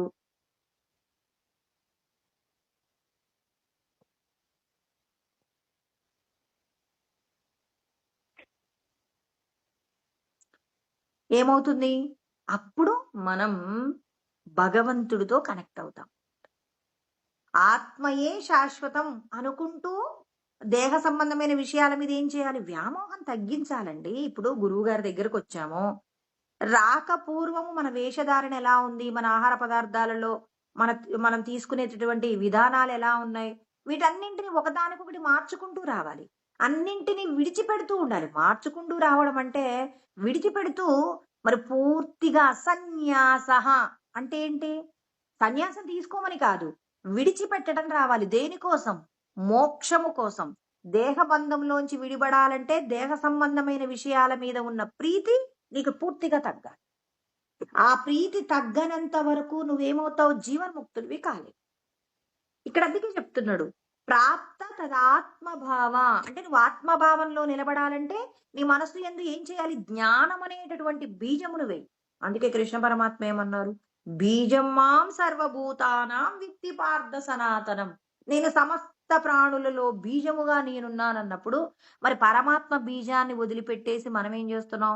నేను ఫలానా, నాకింత ఆస్తుంది, నాకింతమంది బంధువులున్నారు, నేను ఇలా జీవిస్తున్నాను, నాకంటే గొప్పగా జీవించే వాళ్ళు ఎవరున్నారు, నాకంటే తక్కువగా ఉన్న వాళ్ళు అధికులుగా ఉన్నారు. ఇలా ఏవేవో రకరకాలైనటువంటి నశించిపోయే విషయాలలో ఉన్నటువంటి తాదాత్మ్యత మనల్ని ఏం చేస్తుందంటే అహంకారంతో జీవించేలాగా చేస్తుంది. ఈ అహంకారంలో నుంచి నిన్ను బయట పెట్టగలిగినటువంటి ఏకైక వస్తువు ఏదైనా ఉందా అంటే అది ఆత్మ మాత్రమే. అందుకే పరమాత్మ ఏమంటున్నాడు? బీజమును నేను అంటున్నాడు. అందుకే కృష్ణ పరమాత్మ ఏమంటున్నారు? మీరందరూ కూడా మమకార అహంకారాలు విడిచిపెట్టి శాశ్వతమైనటువంటి పరబ్రహ్మము అనే భావనను మీ హృదయమునందు మీరు ప్రతిష్ఠ చెయ్యండి. అలా చేసినప్పుడు మీరు చేసేటటువంటి కర్మ మిమ్మల్ని గట్టెక్కిస్తుంది అని చెప్తున్నారు. ఏమే మతమిదం నిత్యం అనుతిష్టంతి మానవాః శ్రద్ధావంతో అనసూయంతో ముచ్యంతే తేపి కర్మభిః అంటున్నాడు. అంటే మనమందరం భగవంతుడు చెప్పిన విధంగా దేహ సంబంధమైన విషయాలకు సంబంధించిన ఆసక్తి తగ్గించుకుంటూ భగవంతుడు చెప్పినటువంటి సత్కర్మ వైపు గనక మన మనస్సును మరలుస్తూ మన ఆచరణలో గనక భగవంతుడు చెప్పిన విధంగా భగవంతుడు కోసమే మనం గనక కర్మ చేస్తూ ఉన్నామనుకోండి, ఆ చేసేటటువంటి కర్మ మనల్ని ఏం చేస్తుందంటే ఈశ్వరుడి పాదాల దగ్గరికి తీసుకెళ్తుంది. ఈశ్వరుడి పాదాల దగ్గరికి మనం వెళ్ళాలి అంటే పరమాత్మ ఏమన్నారు? ముచ్యంతే తేపి కర్మభిః అంటే మీ సమస్త కర్మముల నుంచి విడిబడాలి అంటున్నాడు. కర్మల నుంచి విడిపడకుండా మీరు మోక్షాన్ని పొందగలుగుతారా? పొందలేరు. అందుకే మనం ఏం చేయాలి? వాసనా క్షయము మనోనాశము అంటారండి. అందుకే తత్వజ్ఞానం వస్తూ ఉన్నప్పుడు వాసనలను తగ్గించుకుంటాం. అంటే దేహ సంబంధమైన విషయ వాసన నుంచి మనం ఏం చేస్తాం? మన మనస్సును పక్కకు జరపగలుగుతామనమాట. అలా పక్కకు జరగగలిపినప్పుడు మన మనసు ఎప్పుడూ భగవత్ చింతన, భగవంతుడు చెప్పిన సత్కార్యం మాత్రమే చేస్తూ ఉంటామనమాట. అంటే నీ లోపట ఉన్న సత్య వస్తువు నీకు రావాలి అంటే పరమాత్మ ఏమంటున్నారు? నేను చెప్పిన నియమాలన్నీ అభ్యాసం చేస్తూ ఉండండి. మొట్టమొదట మీరు చేసే అభ్యాసం ఏంటి? నేను ఆత్మస్వరూపమే, నేను భగవంతుణ్ణి చేరటమే నా యొక్క లక్ష్యం అనేటటువంటి అభ్యాసం చేస్తూ ఉండండి. నేను చెప్పిన ప్రతి విధానాన్ని పాటిస్తూ ఉంటే మీకేం జరుగుతుంది? అంటే మొదట మనకు ఏదైనా ఒక పని చేసేటప్పుడు దాని మీద శ్రద్ధ కలగాలి అంటే ముందు ఇప్పుడు ఎవరైనా మా ఇంట్లో ఉన్న మామిడికాయలు చాలా రుచిగా ఉంటాయండి అని చెప్పారనుకోండి. ఇప్పుడు మనం ఏమనుకుంటాం? అబ్బా! అన్ని మామిడికాయలు బానే ఉంటాయిలే వీళ్ళింట్లోనే ప్రత్యేకంగా బావుంటాయా అనుకుంటాం. కానీ వాళ్ళేమంటున్నారు? అబ్బా! మా మామిడి పండు ఒక్కటి తింటేనండి ఆ ఒక్క పండుతో ఆగరండి. 4 పండ్లు తినేస్తారు. అంత రుచిగా ఉంటాయని ఒకటికి 4 సార్లు చెప్పారనుకోండి. ఇప్పుడు ఆ మాటని మనం పదే పదే విన్న తర్వాత ఏమనుకుంటాం? ఈసారి మీ ఇంట్లో మామిడి పండు పండితే నాకు కూడా ఒకటివ్వండి. మీ పండు నేను తింటానంటాం. తెలుసు మనకు నా పుణ్యం నేను పుణ్యాన్ని కొంత ఇస్తేనే వాళ్ళు మామిడి పండు ఇస్తారన్నా, వాళ్ళు చెప్పినటువంటి ఆ విషయానికి మనం ఏం చేసాం? లొంగిపోయాం. అబ్బా! వాళ్ళ పండు అంత బావుంటుందట. మనం ఎప్పుడూ తినని పండు కంటే రుచిగా ఉంటుందట. సరే ఈసారి భగవంతుడికి నమస్కారం చేసి వాళ్ళ పండు ఒకసారి రుచి చూద్దామని, ఆ పండును పొందాలనే శ్రద్ధ నీకు కలిగిందా లేదా? పరమాత్మ ఏమంటున్నారు? నేను చెప్పిన జ్ఞానాన్ని మీరు వింటూ ఉన్నారనుకోండి, తెలుసుకుంటూ ఉన్నారు, ఆచరిస్తూ ఉన్నారు. ఆచరిస్తూ ఉన్నప్పుడు మీకేం కలుగుతుంది? దానిని పొందాలనేటటువంటి శ్రద్ధ కలుగుతుందని పరమాత్మ చెప్తున్నారు. శ్రద్ధావంతో అనసూయంతో అన్నాడు. అంటే చూడండి భగవంతుడు మీకు ఎలా వస్తాయో కూడా చెప్తున్నారు. నేను చెప్పిన జ్ఞానాన్ని గనక మీరు ఆచరిస్తూ ఉంటే, మీకు ఆ వస్తువు పట్ల శ్రద్ధ కలుగుతుంది. ఇక శ్రద్ధ కలిగింది. వాళ్ళు ఎన్ని రోజుల నుంచో చెప్తున్నారు. మా మామిడి పండు బావుంటుందండి, మా మామిడి పండు బావుంటుందండి అన్నారు. అలా వినగా, వినగా, వినగా ఏమనిపించింది, సరే ఎంతో కొంత ఖర్చయితే ఖర్చయింది. భగవంతుడికి ఒకసారి నమస్కారం చేద్దాం. ఆ పండు తిందామనే కోరిక ఎలా కలిగిందో, మనం అడుగుతున్నాం. మీ మామిడి పండు ఒకసారి మాకిస్తారా వాళ్ళే అంటున్నారన్నమాట. వాళ్ళు ఇస్తాననట్లేదు ఇన్ని రోజులు. మా పండు బావుంది అంటున్నారు. సద్గురువులు కూడా ఏం చెప్తున్నారు? ఈశ్వరుడి యొక్క జ్ఞానం చాలా గొప్పది అంటున్నారు. ఈశ్వరుడి యొక్క జ్ఞానం గొప్పది అంటున్నప్పుడు, ఆ గొప్పదానికి వైపు మనం ఒకసారి వెళ్ళాలి అంటే, అక్కడికి వెళ్ళిన వాళ్ళందరూ కూడా వాళ్ళ పద్ధతులు మారుతూ ఉన్నాయి. వాళ్ళు తీసుకునే ఆహారంలో పద్ధతి మారింది. వాళ్ళ మాట తీరులో పద్ధతి మారింది. ఇంతకుముందు పరుషంగా మాట్లాడేవాళ్ళు. ఇప్పుడు ఆ పరుషత్వం లేదు. చూడండి. వాళ్ళ పరుషత్వం పోగొట్టుకున్నారు. ఆహార నియమాలలో మార్పొచ్చేసింది. మరి వాళ్ళకు కోపం లేదు. ఎవరైనా తిడితే వాళ్ళు తల వంచుకొని వెళ్ళిపోతున్నారు. ఇలాంటి విషయాలన్నీ కూడా గమనిస్తున్నారు. ఇలా గమనించి, గమనించి ఏం చేస్తారు? అబ్బో! అంటే శ్రద్ధ కలిగిందా లేదా? అందుకే అన్నారు కృష్ణ పరమాత్మ మనకు ముందే ఈ శ్లోకం చెప్పారు. 2 చోట్ల చెప్పారు గదండీ! "న బుద్ధి భేదం జనయేదజ్ఞానం కర్మ సంగినాం. జోషయే సర్వకర్మాణి విద్వాన్ యుక్తః సమాచర" అని 26వ శ్లోకంలో చెప్పి వెంటనే ఏమన్నాడు? "ప్రకృతేర్గుణ సమ్మూఢాః సజ్జంతే గుణకర్మసు తాన కృష్ణవిదో మందాన్ కృష్ణ విన్న న విచాలయేత్" అన్నారు. ఆత్మజ్ఞానులైన వాళ్ళేం చేస్తారు? త్రిగుణాల మాయ చేత చెయ్యకూడని కర్మలు చేస్తుంటారు. ఆ కర్మలను చేసే వాళ్ళని మీరు ఈ కర్మ చెయ్యకండి అని చెప్పకండి. మీరేం చేస్తారు? మీరు అటువంటి కర్మ చెయ్యకుండా భగవంతుడు చెప్పిన విధంగా మీరు కర్మ చేస్తూ ఉంటే వాళ్ళు మిమ్మల్ని చూసి మారిపోతారు. పరమాత్మ చూడండి ఇక్కడ ఒకేసారి 2 విషయాలు చెప్తున్నారు. మీరు సద్గురువు శాస్త్రమునందు చెప్పబడిన విషయాలను మీరు ఆచరిస్తూ ఉంటే మీకు భగవంతుణ్ణి పొందాలనే శ్రద్ధ కలుగుతుంది. వేరొకరి దగ్గర ఉన్నటువంటి ఏదైనా ఒక వస్తువును చూస్తే అసూయ అనేది లేకుండా పోయింది. జ్ఞానం మొట్టమొదట నాకు అసూయ పోవాలండి. గురువుగారి దగ్గరికెళ్ళాను. నా దగ్గరున్న అసూయ అంతా పోవాలంటే పోతుందా? సాధన చేస్తూ ఉంటే ఇప్పుడు వేపాకు తింటున్నామండి. మొదటి రోజు పెట్టారు వేప ఇగుర్లు. పరమ చేదుగా ఉన్నాయి. రెండో రోజు తిన్నాం. కొద్దిగా పర్లేదులెండి నాట్ బ్యాడ్ అన్నాం. ఇక రోజు కొంచెం కొంచెం తింటూ ఉన్నాం. తింటూ తినగా తినగా అంటున్నాం. మళ్ళీ వేపాకు తియ్యగా ఉంటుంది అని జెప్పి వేపాకు తినకుండా ఉండలేమండి.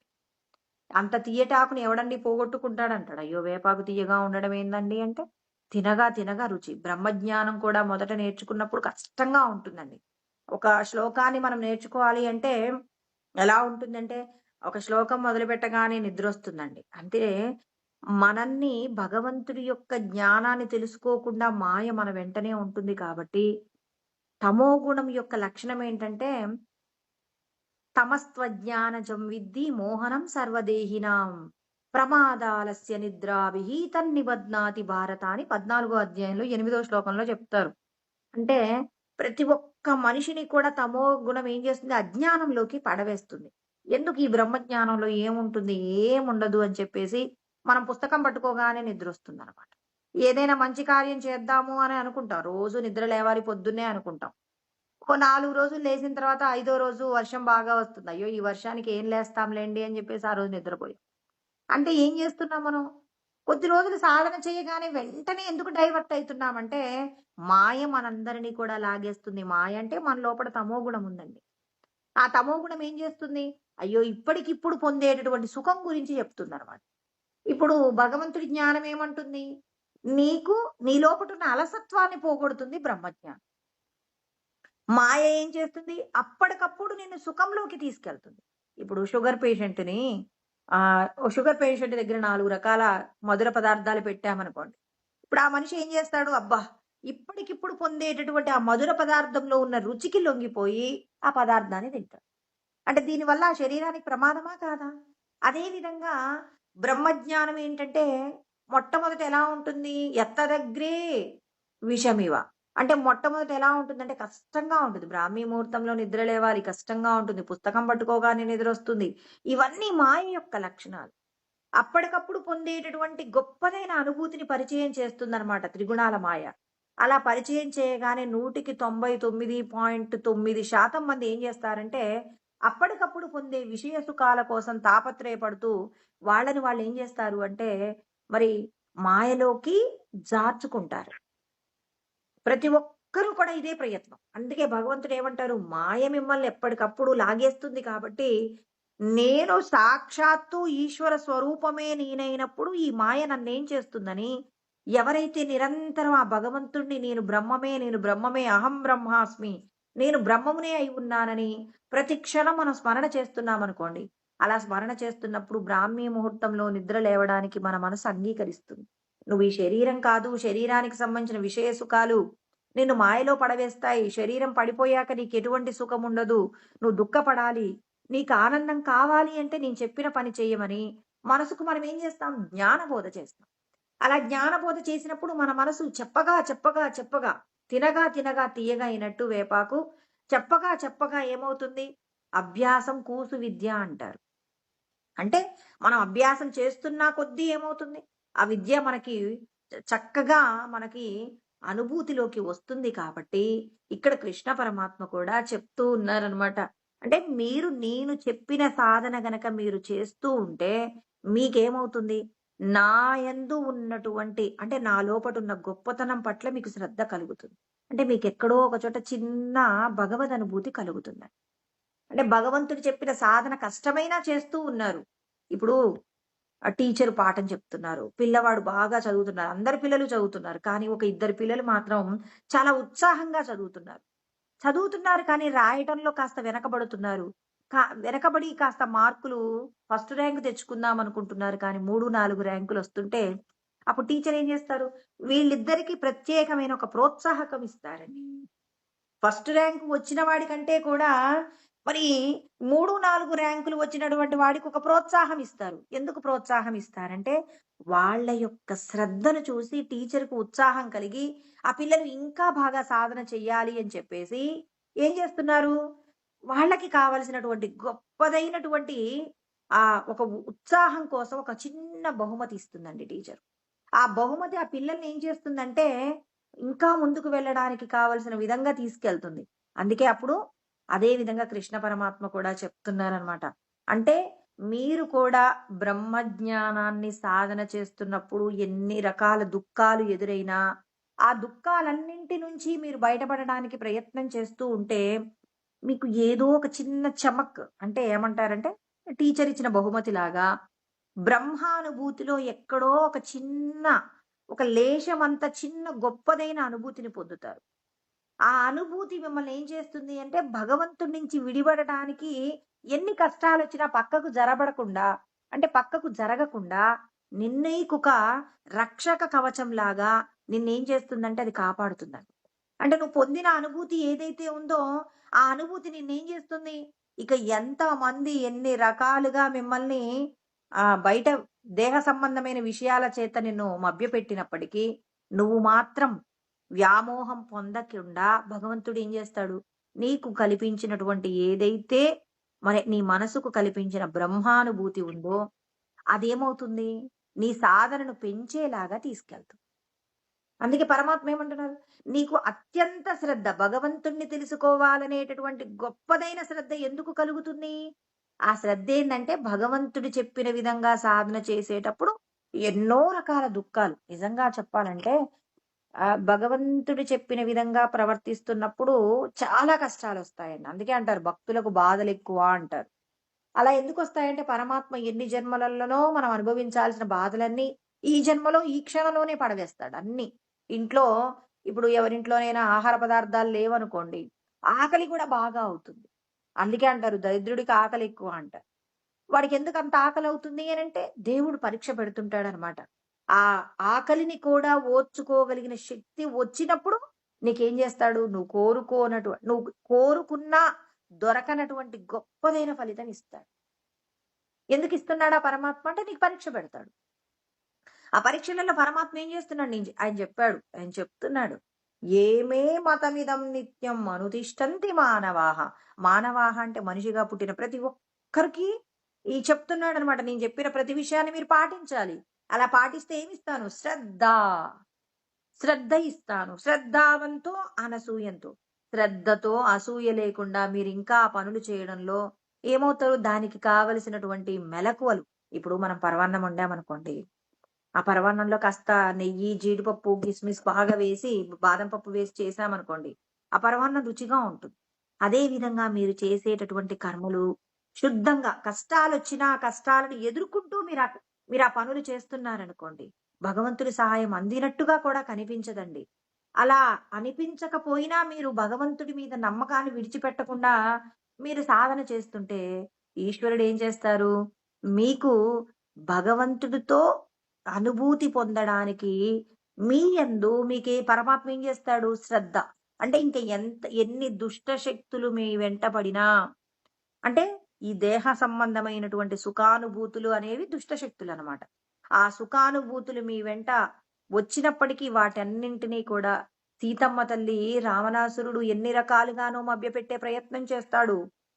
మరి సీతమ్మ తల్లి రావణాసురుడిని ఎలా భావన చేస్తుంది? ఒక చిన్న గడ్డి పరకలాగా మరి తాను గడ్డి పరకలాగా భావన చేసి మాట్లాడుతుంది. అంటే నీవు నీ సంపదలు అన్ని గడ్డి పరక కంటే కూడా అల్పమైనవి అనే మాట చెప్తుంది. అంటే మనకి కూడా దేహ సంబంధమైన విషయాల మీద అలా తుచ్చమైన భావన కలగడానికి భగవంతుడు మనకిచ్చేది శ్రద్ధయేనండి. శ్రద్ధిస్తాడు, అసూయ పోగొడతాడు. ఇంకేం కావాలి? ఈ 2 లక్షణాలతో మనం ఇంకా గొప్పగా ప్రవర్తిస్తుంటాం. అలా ప్రవర్తిస్తూ ఉన్నప్పుడు నువ్వేమవుతావు? నీ సమస్త కర్మల నుండి విడిపడతావు. కర్మల నుండి విడిపడ్డావు అంటే నువ్వేం పొందుతున్నావు? పరమాత్మలో ఉన్నటువంటి బ్రహ్మానందాన్ని పొందుతావు. శరీరం ఉన్నప్పుడే జీవన్ముక్తులు కావాలండి. మళ్ళొకసారి చెప్తున్నాను. ఎప్పుడో శరీరం విడిచిపెట్టాక నేను జీవన్ముక్తుడిని అవుతానట అని చాలా మంది తమ జీవితాలను వృధా చేసుకుంటూ ఉన్నారు. అది ఎప్పటికీ కరెక్ట్ కాదు. ఈ శరీరంతో ఉన్నప్పుడే నీకు ఏ వస్తువు మీద ఎంత ధనవంతుడు బెంజ్ కార్‌లో వచ్చినా, విమానంలో దిగినా ఆ వ్యక్తి యొక్క సుఖాలను చూసి నీ మనస్సు అబ్బా! వీడింత గొప్పగా ఉన్నాడు అని చెప్పేసి అనుకోవట్లేదు అంటే నీకు భగవంతుడి యొక్క శక్తి, భగవంతుడి యొక్క అనుభవం నిండుగా నీకు రాబోతున్నాయని గుర్తు. నీ మనసు చెలించట్లేదు. వాడికి ఇన్ని వస్తువులున్నాయి. ఏముంది వీడు అన్ని వదిలిపెట్టి వెళ్ళిపోయేదే గదా! ఏముంది అందులో విమానంలో పోతే ఏముంది? డబ్బులు పెట్టుకొని కొనుక్కొనెళ్దాం. ఏముంది వాడు సొంత ఫ్లైట్‌లో పోతాడు. మనం డబ్బులు పెట్టుకొని వెళ్దాం. బెంజ్ కార్‌లో వెళ్ళాలి. ఒక రూ. 4 ఇచ్చేసి వెళ్ళిపోదాం అంతే. ఏముంది దాంట్లో ఏముంటది గొప్ప సుఖమని? నీ మనస్సు దాని పట్ల వ్యామోహాన్ని పొందకుండా ఉంటే మాత్రం అంటే భగవంతుడు నీకేమిచ్చాడు? శ్రద్ధిచ్చాడు. ఎటువంటి శ్రద్ధ? సాత్వికమైనటువంటి శ్రద్ధనిచ్చాడనమాట. అంటే శ్రద్ధ 3 విధాలుగా ఉంటుంది. రజో, తమో గుణాలతో కూడినటువంటి శ్రద్ధను విడిచిపెట్టేసి పూర్ణంగా సత్వగుణముతో నువ్వు ప్రవర్తించేలాగా ఈశ్వరుడు నీకు శ్రద్ధను ప్రసాదిస్తాడు. ప్రతి ఒక్కరికి శ్రద్ధ ఉంటదంటాడు భగవంతుడు.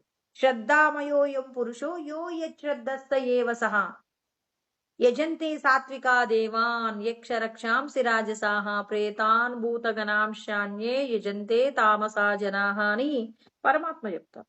ప్రతి ఒక్కరికి శ్రద్ధ ఉంటుంది. శ్రద్ధయే స్వరూపంగా ఉంటారు.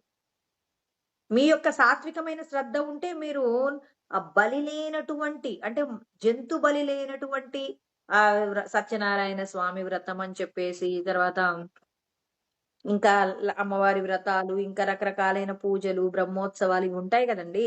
వీటికి సంబంధించినటువంటి పూజలు ఇవన్నీ చేస్తున్నాయంటే సత్వగుణంతో కూడి చేస్తారు. అదే రజోగుణంలో ఉంటే మరి బలులకు సంబంధించినటువంటి ఆ యక్షులు రాక్షసులు ప్రవర్తించే తీరులో ఇటువంటి బలులన్నీ కూడా ఇస్తారు. ఇంకా కొంతమంది తమో గుణంలో ఉన్న వాళ్ళు ఏం చేస్తారు? భూత ప్రేతాలకు సంబంధించినటువంటి క్రతువులు చేస్తూ ఉంటారు.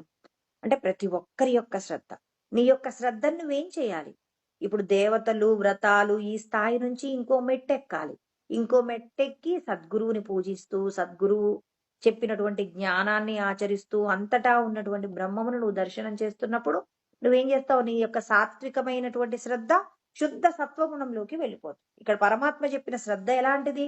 త్రిగుణాలను దాటినటువంటి శ్రద్ధ అండి. శుద్ధ సాత్వికమైనటువంటి ఆ శ్రద్ధలోకి వెళ్ళిపోవాలి. ఎవరిని చూసినా అసూయ ఎందుకు? నీ పిల్లలు, ఇద్దరు పిల్లలలో ఒకడు కలెక్టర్ అయ్యాడు, ఒకడు వ్యవసాయం చేస్తున్నాడు. వ్యవసాయం చేసేవాడు ఎలాగైనా గొప్పవాడు కావాలనుకుంటావు గాని, ఆ కలెక్టర్ అయిన వాడు మళ్ళీ దేవుడా వాడు ఉద్యోగం పోవాలి, నా కొడుకు చిన్నోడులాగే పెద్దోడు కూడా వ్యవసాయం చేయాలనుకునే తల్లిదండ్రులు ఉంటారా? ఉండరు. ఇక్కడ కృష్ణ అదే పరమాత్మ విధంగా కూడా మనందరికీ ఎటువంటి జ్ఞానబోధ చేస్తూ ఉన్నారు? మీరందరూ కూడా ఈశ్వరుడిని పొందాలి అనేటటువంటి కోరిక గనక మీ లోపట అధికంగా ఉంటే మీరేం చేస్తారు? ఎవ్వరి పట్ల కూడా మీకేముండదు? అసూయ ఉండదు. ఇప్పుడు అసూయ ఎందుకొస్తుంది? అవతలి వాడు ధనవంతుడుగా ఉన్నాడు. ఎందుకు అతడు అంత ధనవంతుడుగా ఉన్నాడు? తల్లిదండ్రులు అనుకుంటారు. అబ్బా పెద్ద పిల్లవాడు కలెక్టర్ అయ్యాడంటే వాడు ఎన్ని కష్టాలు అనుభవించాడో పాపం, తిని తినక ఎన్ని రేయింబగళ్ళు కష్టపడి చదివాడు. చిన్నవాడికి చదువు అబ్బలేదండి, వీడు వ్యవసాయమే చేస్తానని చెప్పేసి చేశాడు అని చెప్పేసి పెద్దవాడి గొప్పతనాన్ని పొగుడుతూనే చిన్నవాడు ఎదగకపోవడానికి వాడిలో ఉన్న లోపాలు చెప్తున్నారు. అదే విధంగా ఒక ధనవంతుడైన వాడిని చూసి మనకు అసూయ కలగట్లేదంటే ఎన్ని పుణ్యాలు చేశాడో మహానుభావుడు, ఎన్ని దాన ధర్మాలు చేశాడో, ఎన్ని యజ్ఞయాగాది క్రతువులు చేశాడో, ఈశ్వరుడిని మెప్పించాడు, ఇవాళ ఇంత ధనవంతుడిగా ఉన్నాడు అని చెప్పి అతడి మీద అసూయ లేదండి. ఇప్పుడు ఇంకొక పేదవాడిని చూశాడు, వీడు దరిద్రుడు, ఎవరికి ఏమీ సహాయం చేయలేదనకుండా భగవంతుడా తెలుసో తెలియకో పాపం ఎవరికి ఏమీ పెట్టుండకపోవచ్చు, ఈ జన్మలోనైనా వాడికి ఉన్న దాంట్లో కొంత ఇతరులకు ఆ జ్ఞానాన్ని ప్రసాదించవయ్యా, ఈ జన్మలోనైనా వాడు మంచివాడవుతాడని చెప్పి భగవంతుడిని వేడుకుంటున్నాడు. అంటే తక్కువ స్థాయిలో ఉన్నవాడిని చూసి అగౌరవపరచట్ల, అధిక స్థాయిలో ఉన్నవాడిని చూసి అసూయ పడట్ల. ఇప్పుడు మనకి ఎలాంటి గుణం వచ్చింది? ఏ పని చేసినా భగవంతుడిని చేరుకోవడానికి కావలసిన శ్రద్ధ, ఎవరిని చూసినా అసూయ లేనటువంటి తత్వంతో ఉన్నప్పుడు పరమాత్మ మనం చేసిన ఏ కర్మ అయినా ఏమవుతుంది? సమస్త కర్మముల యొక్క ఫలాలన్నీ కూడా ఈశ్వరుడి ఖాతాలోకి వెళ్ళిపోతున్నాయి. ఇప్పుడు ఈ కర్మలన్నీ ఈశ్వరుడి ఖాతాలోకి వెళ్ళిపోతే మనం అందరం భగవంతుణ్ణి చేరడానికి కావలసిన స్థితి వస్తుంది. అందుకే పరమాత్మ ఏమంటున్నారు? మీకు ఎంత జ్ఞానం తెలిస్తే అంత జ్ఞానంతో శ్రద్ధగా నేను చెప్పిన కర్మను చేయడానికి ఇష్టపడండి. ముందైతే మీరు సాధన ప్రారంభించండి. ఆ సాధన మిమ్మల్ని ఏం చేస్తుంది? శుద్ధ సత్వగుణంలోకి తీసుకొచ్చేసి మిమ్మల్ని నాలో ఐక్యం చేసుకోవడానికి మీ చేత నేను అడుగులు వేయిస్తానంటున్నారు. ఇప్పటి వరకు నేను చెప్పిన జ్ఞానాన్ని గనక మీరు పాటించలేదనుకోండి, అప్పుడు మీకేమవుతుందో తెలుసా? మనుషులకు అనే మాట చెప్పానండి ఇక్కడ. మానవులందరికీ నేను బుద్ధి చైతన్యం ఇచ్చాను, ఏది మంచో ఏది చెడో తెలుసుకోగలిగిన జ్ఞానం ప్రసాదించాను. ఇప్పుడు నేను చెప్పిన జ్ఞానాన్ని కాస్త శ్రద్ధగా ఓపికతో దేహ సంబంధమైన విషయాల గురించిన అశ్రద్ధ తగ్గించుకుంటూ, నేను చెప్పిన జ్ఞానాన్ని తెలుసుకుంటూ, కొన్ని కోరికలను త్యాగం చేస్తూ, పరులకు ఉపకారం చేస్తూ జీవించారనుకోండి, అప్పుడు మీరు నన్ను చేరుకోవడానికి కావలసినటువంటి శుద్ధ సత్వగుణంలోకి, శుద్ధ సాత్వికమైన శ్రద్ధలోకి వస్తారు, అసూయ నుంచి బయటపడతారు, సమస్త కర్మముల నుంచి విడిపడతారు, నన్ను పొందుతారన్నాడు. ఏ త్వేతదభ్యసూయంతో నాను తిష్టంతి మే మతం. నేను చెప్పిన విషయాలు గనక ఎవడు తెలుసుకోవడానికి ఇష్టపడడో, తెలుసుకున్నా ఇక భగవంతుడు ఏవేవో చెప్తాడులేండి, ఆయన చెప్పినవన్నీ చేయడం కుదురుతుందా ఈ కలియుగంలో అని చెప్పేసి మీరు విడిచిపెట్టారనుకోండి, విడిచిపెడితే ఏం జరుగుతుందో కూడా పరమాత్మ చెప్తున్నారు. మీరు నేను చెప్పిన విధంగా కాస్త ప్రయత్నం చేస్తేనేమో మిమ్మల్ని గట్టెక్కిస్తానన్నాడు. ఒకవేళ నేను చెప్పిన విషయాలు గనక నాకెందుకు అంటే, నువ్వైతే ఒక పశువు కాదు కదా, నువ్వు ఒక మనిషిగా పుట్టావు. మనిషిగా పుట్టినప్పుడు ఇవన్నీ నువ్వు తెలుసుకో. అసలు మనిషిగా పుట్టడానికి నువ్వు ఎంత ప్రయత్నం చేశావో ముందు దానికోసమైనా శాస్త్రాన్ని ఆశ్రయించు, సద్గురువు దగ్గరికి వెళ్ళు. ఎన్ని లక్షల కోట్ల జన్మల్లో పుణ్యం చేస్తానో నువ్వు మనిషిగా పుట్టావు. మనిషిగా పుట్టినా నువ్వు బుద్ధిమాన్యంతో లేవు అంటే ఎంత పుణ్యాత్ముడు రా బాబు నువ్వు. ఎంతో మంది మనుషులుగా పుట్టారు, చూడటానికి ఎంతో రూప సౌందర్యంతో ఉంటారు, కానీ మానసికమైనటువంటి పరిపక్వత ఉండదు, బుద్ధిమాన్యం వస్తుంది.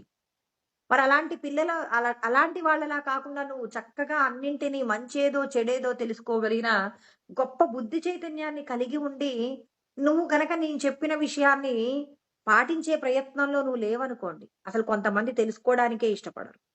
అలా తెలుసుకోవడానికి ఇష్టపడక తెలుసుకున్న దానిని పాటించకుండా ఎవరైతే ఉంటారో వాళ్ళందరికీ పరమాత్మ ఏమేమి శిక్ష వేస్తారో కూడా చెప్తున్నారన్నమాట. ఇంతకుముందు మనం శిక్ష గురించి మాట్లాడుకున్నామండి. ఎక్కడ? ఇదే 3వ అధ్యాయంలో 16వ శ్లోకంలో చెప్పాం. నేనే ఈ లోకాలన్నీ సృష్టి చేస్తున్నాను అని చెప్పేసి చెప్పాడు మనందరికీ. అన్నము నుండి ప్రాణులు, తర్వాత ఇంకా ఏమన్నాడు? అన్నం ఎక్కడి నుంచొస్తుంది? మేఘంలో నుంచొస్తుందని. మేఘం ఎక్కడి నుంచొస్తుంది అనంటే యజ్ఞంలో నుంచొస్తుంది. యజ్ఞం ఎక్కడి నుంచొస్తుందంటే మీరు చేసే నిష్కామ కర్మ. మరి నిష్కామ కర్మ గురించి ఎవరు చెప్పారంటే వేదం చెప్పిందని. వేదం ఎక్కడి నుంచి పుట్టిందంటే అక్షరంలో నుంచి పుట్టిందని. అక్షరం ఎక్కడ పుట్టింది? అక్షరం అంటే ఓంకారం అండి. మరి ఈ అక్షరం ఎక్కడి నుంచి పుట్టింది అంటే బ్రహ్మము నుంచి పుట్టింది. మరి మనం బ్రహ్మమును తెలుసుకోవాలంటే మనం చేసే ప్రతి కర్మ యజ్ఞం కావాలి అని చెప్పేసి చెప్పాడు. అంటే మనం చేసే ప్రతి కర్మ నిష్కామ కర్మ. అంటే ఇతరులకు ఉపకారం జరిగే కర్మ చేస్తే ఆ పని యజ్ఞంగా మారుతుందని, ఆ యజ్ఞమునందు యజ్ఞ పురుషుడైన పరబ్రహ్మం ఉంటాడని చెప్పారు. ఈ విషయాన్ని గనక ఎవరు తెలుసుకొని పాటించరో, అంటే భగవంతుడు చెప్పినటువంటి జ్ఞానంతో కూడి ప్రవర్తించరో, వాళ్ళందరికీ ఏమేం శిక్ష వేస్తానన్నారు? అఘాయురింద్రియారామో మోగం పార్థ సజీవతి. అంటే ఇంద్రియ లోలుడు. ఒక వ్యక్తికి చాలా సంపద ఉంటుందండి. కానీ ఒక వ్యసనం అతన్ని ఎంతో కింది స్థాయికి తీసుకెళ్తుంది. ఒక పదార్థాన్ని తినకుండా ఉండలేవురా, ఉండు అంటే ఉండలేకుండా ఉంటాడు. ఎంతో బ్రహ్మజ్ఞానం ఉంటుందండి. కానీ ఆ నాలుకతో ఒక పదార్థం తినకుండా ఉండు, మాంసాహారం తినకూడదు అన్నారనుకోండి. ఎన్ని శాస్త్రాలు చదివినా ఆ తినకూడని పదార్థం తింటూ ఉన్నాడు. అదే విధంగా ఎంత సంపదలున్నా, ఎంత గొప్పతనం ఉన్నా అతనికి కనుక ఉండకూడనటువంటి ఏదో ఒక వ్యసనం, మద్యం తాగడమో, లేకపోతే సిగరెట్టు, లేకపోతే ఇంకేదో అతనికి వ్యసనం ఉందనుకోండి. అందులో నుంచి అతడు బయటపడలేడు. ఎందుకు? నేను చెప్పినటువంటి విధంగా మీరు పరులకు ఉపకారం జరిగే కర్మను చెయ్యట్లేదు. నేను చెప్పిన ధర్మశాస్త్రాన్ని అర్థం చేసుకోవట్లేదు. మీరందరూ ఈ దేహ సంబంధమైన సుఖాల కోసమే ప్రయత్నం చేస్తూ ఉన్నారనుకోండి. దేహ సంబంధమైన సుఖాలతో జీవించేవాడిని నేనేం చేస్తాను? ఒక వ్యసనానికి లొంగిపోయేలాగా చేస్తాను. కొంతమందిని చూడండి. నువ్వు చనిపోతావు, ఇది తినకూడదన్నా తింటానంటాడు. చనిపోయినా పర్వాలేదు, నేను ఇది తినే చచ్చిపోతానంటాడు. దీనివల్ల ఎంత ప్రమాదం ఉంటుందో తెలుసుకునే ప్రయత్నం కూడా చేయడు. ఈ శరీరంతో ఉన్నంత కాలం నేను చచ్చేంత వరకు ఇదే పని చేస్తానంటాడు. ఎందుకంటున్నాడు? ఎందుకంటున్నాడంటే వాడు నేను చెప్పిన ధర్మచక్రం పాటించలేదు కాబట్టి వాడికి అంత గట్టి పట్టు పట్టేలాగా నేనే చేస్తాను. అఘాయురింద్రియారాము. ఇంద్రియ లోలుడు. అంటే మనము ఏదున్నా మనం ఇప్పుడు ఇంద్రియాలను కంట్రోల్ చేయాలండి. పరమాత్మ ఏమన్నాడు? సమస్త పాపములకు కారణం ఏంటి? తస్మాత్వమింద్రియాణ్యాదౌ నియమ్య భరతర్షభ పాప్మానం ప్రజహీనం జ్ఞాన విజ్ఞాన నాశనం. సమస్త జ్ఞానాన్ని విజ్ఞానంగా మార్చగలిగిన దాన్నంతా నాశనం చేసేది ఏంటంటే ఇంద్రియాలే. మనం అజామీయుడు గురించి మాట్లాడుకుంటే, అజామీయుడు భాగవతంలో కథ అండి. అజామీయుడు ఏం చేస్తాడు? చక్కటి బ్రాహ్మణ కుటుంబంలో పుట్టాడు. చక్కగా వేదాన్ని చదువుతాడు, ఉపనిషత్తులు అధ్యయనం చేస్తాడు, చక్కటి భార్య ఉంటుంది, ఎంతో గొప్పగా జీవిస్తాడు. కానీ ఒకరోజు వాళ్ళ నాన్నగారు దర్భలు తీసుకురమ్మంటాడు. అక్కడ దర్భలు తీసుకురావడానికి వెళితే అక్కడ ఒక మద్యం కళ్ళు తాగుతూ ఉన్నటువంటి అక్కడ ఒక స్త్రీ పురుషులు ఇద్దరు యొక్క వాళ్ళిద్దరూ ఉన్నప్పుడు చూస్తాడనమాట. అలా చూసినప్పుడు అతడు ఇంటికెళ్ళిన తర్వాత వేదాలు వల్లెవేయడం మర్చిపోతాడు. తర్వాత ఇంకా మరి భార్యా బిడ్డల్ని పిల్లలుండరండి. భార్యని మర్చిపోతాడు, తల్లిదండ్రుల్ని మర్చిపోతాడు. ఏవి గుర్తుండవు. అతడు తన కళ్ళతో చూసినటువంటి ఏదైతే ఆ స్త్రీ యొక్క సౌందర్యం ఉంటుందో ఆ సౌందర్యం కోసమే పరిగెడతాడు. తెల్లారి పొద్దున్నే వెళ్తాడనమాట. నేను మీతో కలిసి ఉండాలనుకుంటున్నానంటే, నువ్వు నాతో ఉండాలి అంటే మద్యం తాగాలి, మాంసం తినాలంటే తింటాను. నీతో ఉండడానికి ఏదైనా చేస్తానని 8 మంది పిల్లల్ని కూడా కట్టాడు. భార్యను వదిలేస్తాడు, తల్లిదండ్రులను వదిలేస్తాడు, అక్కడి నుంచి ఉన్న ఆస్తినంతా తెచ్చేసుకుంటాడు. ఇదంతా అజామేయుడు.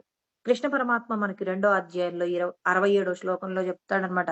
ఇంద్రియాణం హి చరతాం యన్మనోను విధీయతే తదస్య హరతి ప్రజ్ఞాం వాయుర్నావమివాంబసి అంటాడు. అంటే మరి ఎలా అయితే ఒక పడవ దిశ లేకుండా వెళ్ళిపోతుందో, వాయువు ఎటు వీస్తే అటేపే వెళ్ళిపోయినట్టు మరి ఒక ఇంద్రియానికి లొంగిపోయిన జీవుడు ఏమవుతాడు? పతనమైపోతాడు అనే మాట చెప్పాడు ఇక్కడ అజామీయుడిలాగా. అదే విధంగా కృష్ణ పరమాత్మ ఏమంటున్నారు? నేను చెప్పిన సత్యాన్ని తెలుసుకుని పాటించడానికి ఇష్టపడకపోతే కూడా మీరేమవుతారు? ఒక వ్యసనానికి లొంగిపోతారు. అందుకే మనం ఎవరిని చూసి జాలిపడాలంటే, ఒక వ్యక్తి భార్యా బిడ్డల కంటే ఏది గొప్పది కాదు అంటున్నాడనుకోండి, అతన్ని చూసి మనం బాధపడాలి. ఎందుకు బాధపడాలి? సత్యమేంటో తెలుసుకోకుండా నశించిపోయే వాళ్ళ మీద వ్యామోహం పెంచుకున్నాడు. ఏదో ఒక రోజు వీరిద్దరి మధ్య ఎడబాటు రాక తప్పదు. అంతే కదండీ! పిల్లల నుంచి కానీ, భార్య నుంచి కానీ, తల్లిదండ్రుల నుంచి కానీ, మనం ఇది నావి, నావి అనుకున్న సంపదలు కానీ, ఒకరోజు మన నుంచి వెళ్ళిపోతాయి. వాటి నుంచి మనం వెళ్ళిపోవడమా, లేకపోతే అవి మనల్ని వెళ్ళిపోవడమా అనేది ఏదో ఒకటి జరుగుతుంది. అప్పుడు అతన్ని చూసి ఇప్పుడు మనం జాలిపడాలా? లేకపోతే కోప్పడాలా? అంటే జాలిపడాలి. బ్రహ్మజ్ఞానానుభూతి పొందిన వాళ్ళెవరైనా బాధపడతారు. అయ్యో పాపం! అతడికి ఆ భార్యా బిడ్డల మీద అంత వ్యామోహం పెంచుకున్నాడు. మరి ఈ జీవితంలో ఏదో ఒక రోజు ఎడబాటొస్తుంది. ఇప్పుడు 2 దుంగలు నీళ్ళల్లో నుంచి అటు ఒక ప్రవాహము, ఇటొక ప్రవాహము. తూర్పు నుంచి, పడమర నుంచి ఒక్కొక్క ప్రవాహమొచ్చి మధ్యలో 2 కలిసి ఒక ప్రయాణం చేస్తున్నాయండి. ఉత్తరం వైపు ప్రయాణం చేస్తున్నాయనుకుందాం. ఇప్పుడు ఈ ప్రయాణం చివరి వరకు ఉంటుందా? ఉండదు. ఎందుకుండదు? 2 కూడా ఏమయ్యాయి? ఒక చోట కలిసాయండి. అంటే 2 వేరు వేరుగా వచ్చి ఒక చోట కలిసి కొద్ది ప్రయాణం చేసి మళ్ళీ ఎటువైపు మళ్ళీ 2 పాయలొస్తే ఎవరు ముందో, ఎవరు వెనకాలో ఎవరో ఒకళ్ళు ఒక వైపు పక్కకు వెళ్ళిపోతూ ఉంటారు. అదే విధంగా మరి భార్యాభర్తలు ఇరువురు కూడా ఏమవుతారు? ఎక్కడెక్కడో పుడతారు. ఒక చోట కలుస్తారు. మళ్ళీ ఎవరో ఒకరి ప్రయాణం ముందుకి, ఒకరి ప్రయాణం వెనక్కి జరుగుతుంది. ఇదే శాశ్వతం అనుకుంటూ వెళ్ళినటువంటి వాడు తన భార్య ముందే వెళ్ళిపోయిందనుకోండి తన నుంచి ఎంతో దుఃఖపడతాడు. తను జీవించలేడు. పోనీ తానే ముందు వెళ్ళిపోయాడనుకోండి, చనిపోయేటప్పుడు ఆమెను తలుచుకుంటూనే వెళ్ళిపోతాడు. ఏదో ఒక పశువుగా మళ్ళీ ఆమె కోసం మళ్ళీ భూమి మీదకొస్తాడు. ఇదంతా జరిగే సత్యం కదా! అంటే ఇప్పుడు ఏమవుతున్నాడు? ఇంద్రియ లోలుడవుతున్నాడు. ఎందుకవుతున్నాడు? భగవంతుడు చెప్పినటువంటి సత్యాన్ని పాటించకపోతే జరుగుతుందన్నాడు. మళ్ళీ ఇక్కడ కూడా చెప్తున్నాడు. నేను చెప్పిన పద్ధతులు ఎవరు పాటించలేదనుకోండి, ఏ త్వేతదభ్యసూయంతో నానుతిష్టంతి మే మతం. నేను చెప్పిన విధంగా ఎవడైతే ప్రవర్తించలేదో వాడికి నేనేం చేస్తానో తెలుసా? ఇంతకు ముందేమో ఇంద్రియ లోలుడు అని చెప్పారు. ఇప్పుడేమంటున్నాడు? సర్వజ్ఞాన విమూఢం. అసలు వాడికి ఏ విధమైన జ్ఞానం ఉండకుండా చేస్తాను. మనం చూస్తామండి కొంతమంది అబ్బా! వాడు గొప్పగా అప్పట్లో ఎంత గొప్పగా బతికాడండి. ఇవాళేంటో వీడు ఎంత అజ్ఞానిలాగా ఇలా ఎందుకో ఇంత కష్టపడుతున్నాడు. తెలివితేటలు ఏమైపోయాయి? ఈయనకున్న తెలివితేటలు ఎంత గొప్పగా ఉండేయో మా ఊళ్ళో ఎంత గొప్పవాడనో అనుకున్నాం మేము. ఇవాళ ఏంటి ఇలా అయిపోయాడు అంటే, ఏమోనండి పాపం భార్య చనిపోయిందట. ఆ భార్య అంటే ప్రాణమట. ఇప్పుడు ఆ భార్య పోగానే మైండ్ మొత్తం కూడా ఏదో పిచ్చివాడిలాగా అయిపోయాడట. ఇక తనకి ఎవరి మీద కూడా ప్రేమ లేదు. ఇల్లు అన్నీ వదిలేసాడండి అంటారు. అలాంటి వాళ్ళని మనం చూస్తాం గదండీ! ఏదో ఒక విషయంలో వాళ్ళకి బాగా ఇష్టం ఉంటుంది. ఇష్టమైన వస్తువుని ఏదో సందర్భంలో విడవాల్సొస్తుంది. మరి కాలంలో ఏదైనా సాధ్యమే కదా! మరి విడిచిపెట్టాల్సిన సందర్భంలో మనం చూస్తుంటాం. ఇలాంటి వాళ్ళని చూసినప్పుడు జ్ఞానం ఉంటే ఇలాంటి వాళ్ళని మనం ఒక ఉదాహరణగా చెప్పుకోవచ్చనమాట. కృష్ణ పరమాత్మ అంటున్నాడు. ఎందుకు వాడికలా జరిగింది? గొప్పగా బతికాడు. గొప్ప కుటుంబంలో పుట్టాడు. కానీ సత్యం తెలుసుకోకపోవడం వల్ల భార్యే సర్వస్వం అనుకున్నాడు. ఆ భార్యకేదో అనారోగ్యమొచ్చి దేహం విడిచిపెట్టవలసొచ్చింది. లేదా ఆ భార్య వేరొకరిని ప్రేమించి ఆ భర్తను వదిలేసిపోయింది. ఇలాంటి సంఘటనలు మనం చూస్తూనే ఉంటాం గదా! అలా చూసినప్పుడు ఏమవుతుంది? అతడు ఆ విషయాన్ని డైజెస్ట్ చేసుకోడు. అయ్యో! నేనింత ప్రేమగా చూసుకున్నాను. నా భార్య ఇలా వెళ్ళిపోయిందని చెప్పేసి పిచ్చివాడవుతాడు. పరమాత్మ ఏమంటున్నాడు? సర్వజ్ఞాన విమూఢాంస్తాన్. బుద్ధి విహీనుడయ్యాడా లేదా? విద్ధి నష్టాన చేతస. అచేతసః అంటే ఏమవుతున్నాడు? ఇక్కడ మూఢుడుగా మారిపోతున్నాడు. అతడు మూఢుడుగా మారిపోతున్నాడు. చెడిన మనస్సు కలిగిన వాడవుతున్నాడు. ఇవన్నీ ఎందుకవుతున్నాయి? ఎందుకవుతున్నాయంటే నేను చెప్పినటువంటి ధర్మాన్ని పాటించకుండా వాడికి నచ్చినట్టుగా విచ్చలవిడిగా ప్రవర్తిస్తే, ఐశ్వర్యం ఇచ్చాను, గొప్ప కులం ఇచ్చాను, తర్వాత జ్ఞానం ఇచ్చాను, సమాజంలో కీర్తి ప్రతిష్టలు ఇచ్చాను.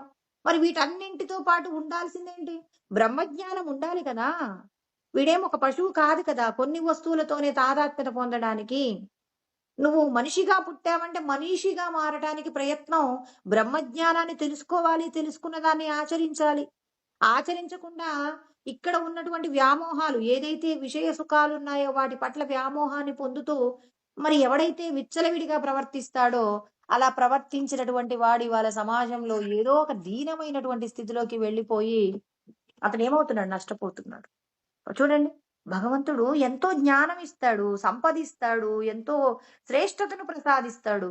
ఆ శ్రేష్టతను వాడేం జేస్తున్నాడు, అబ్బా! ఇవన్నీ నా యొక్క స్టేటస్‌కి ప్రతీకలు అని చెప్పేసి వాడు గొప్పగా జీవిస్తుంటాడు.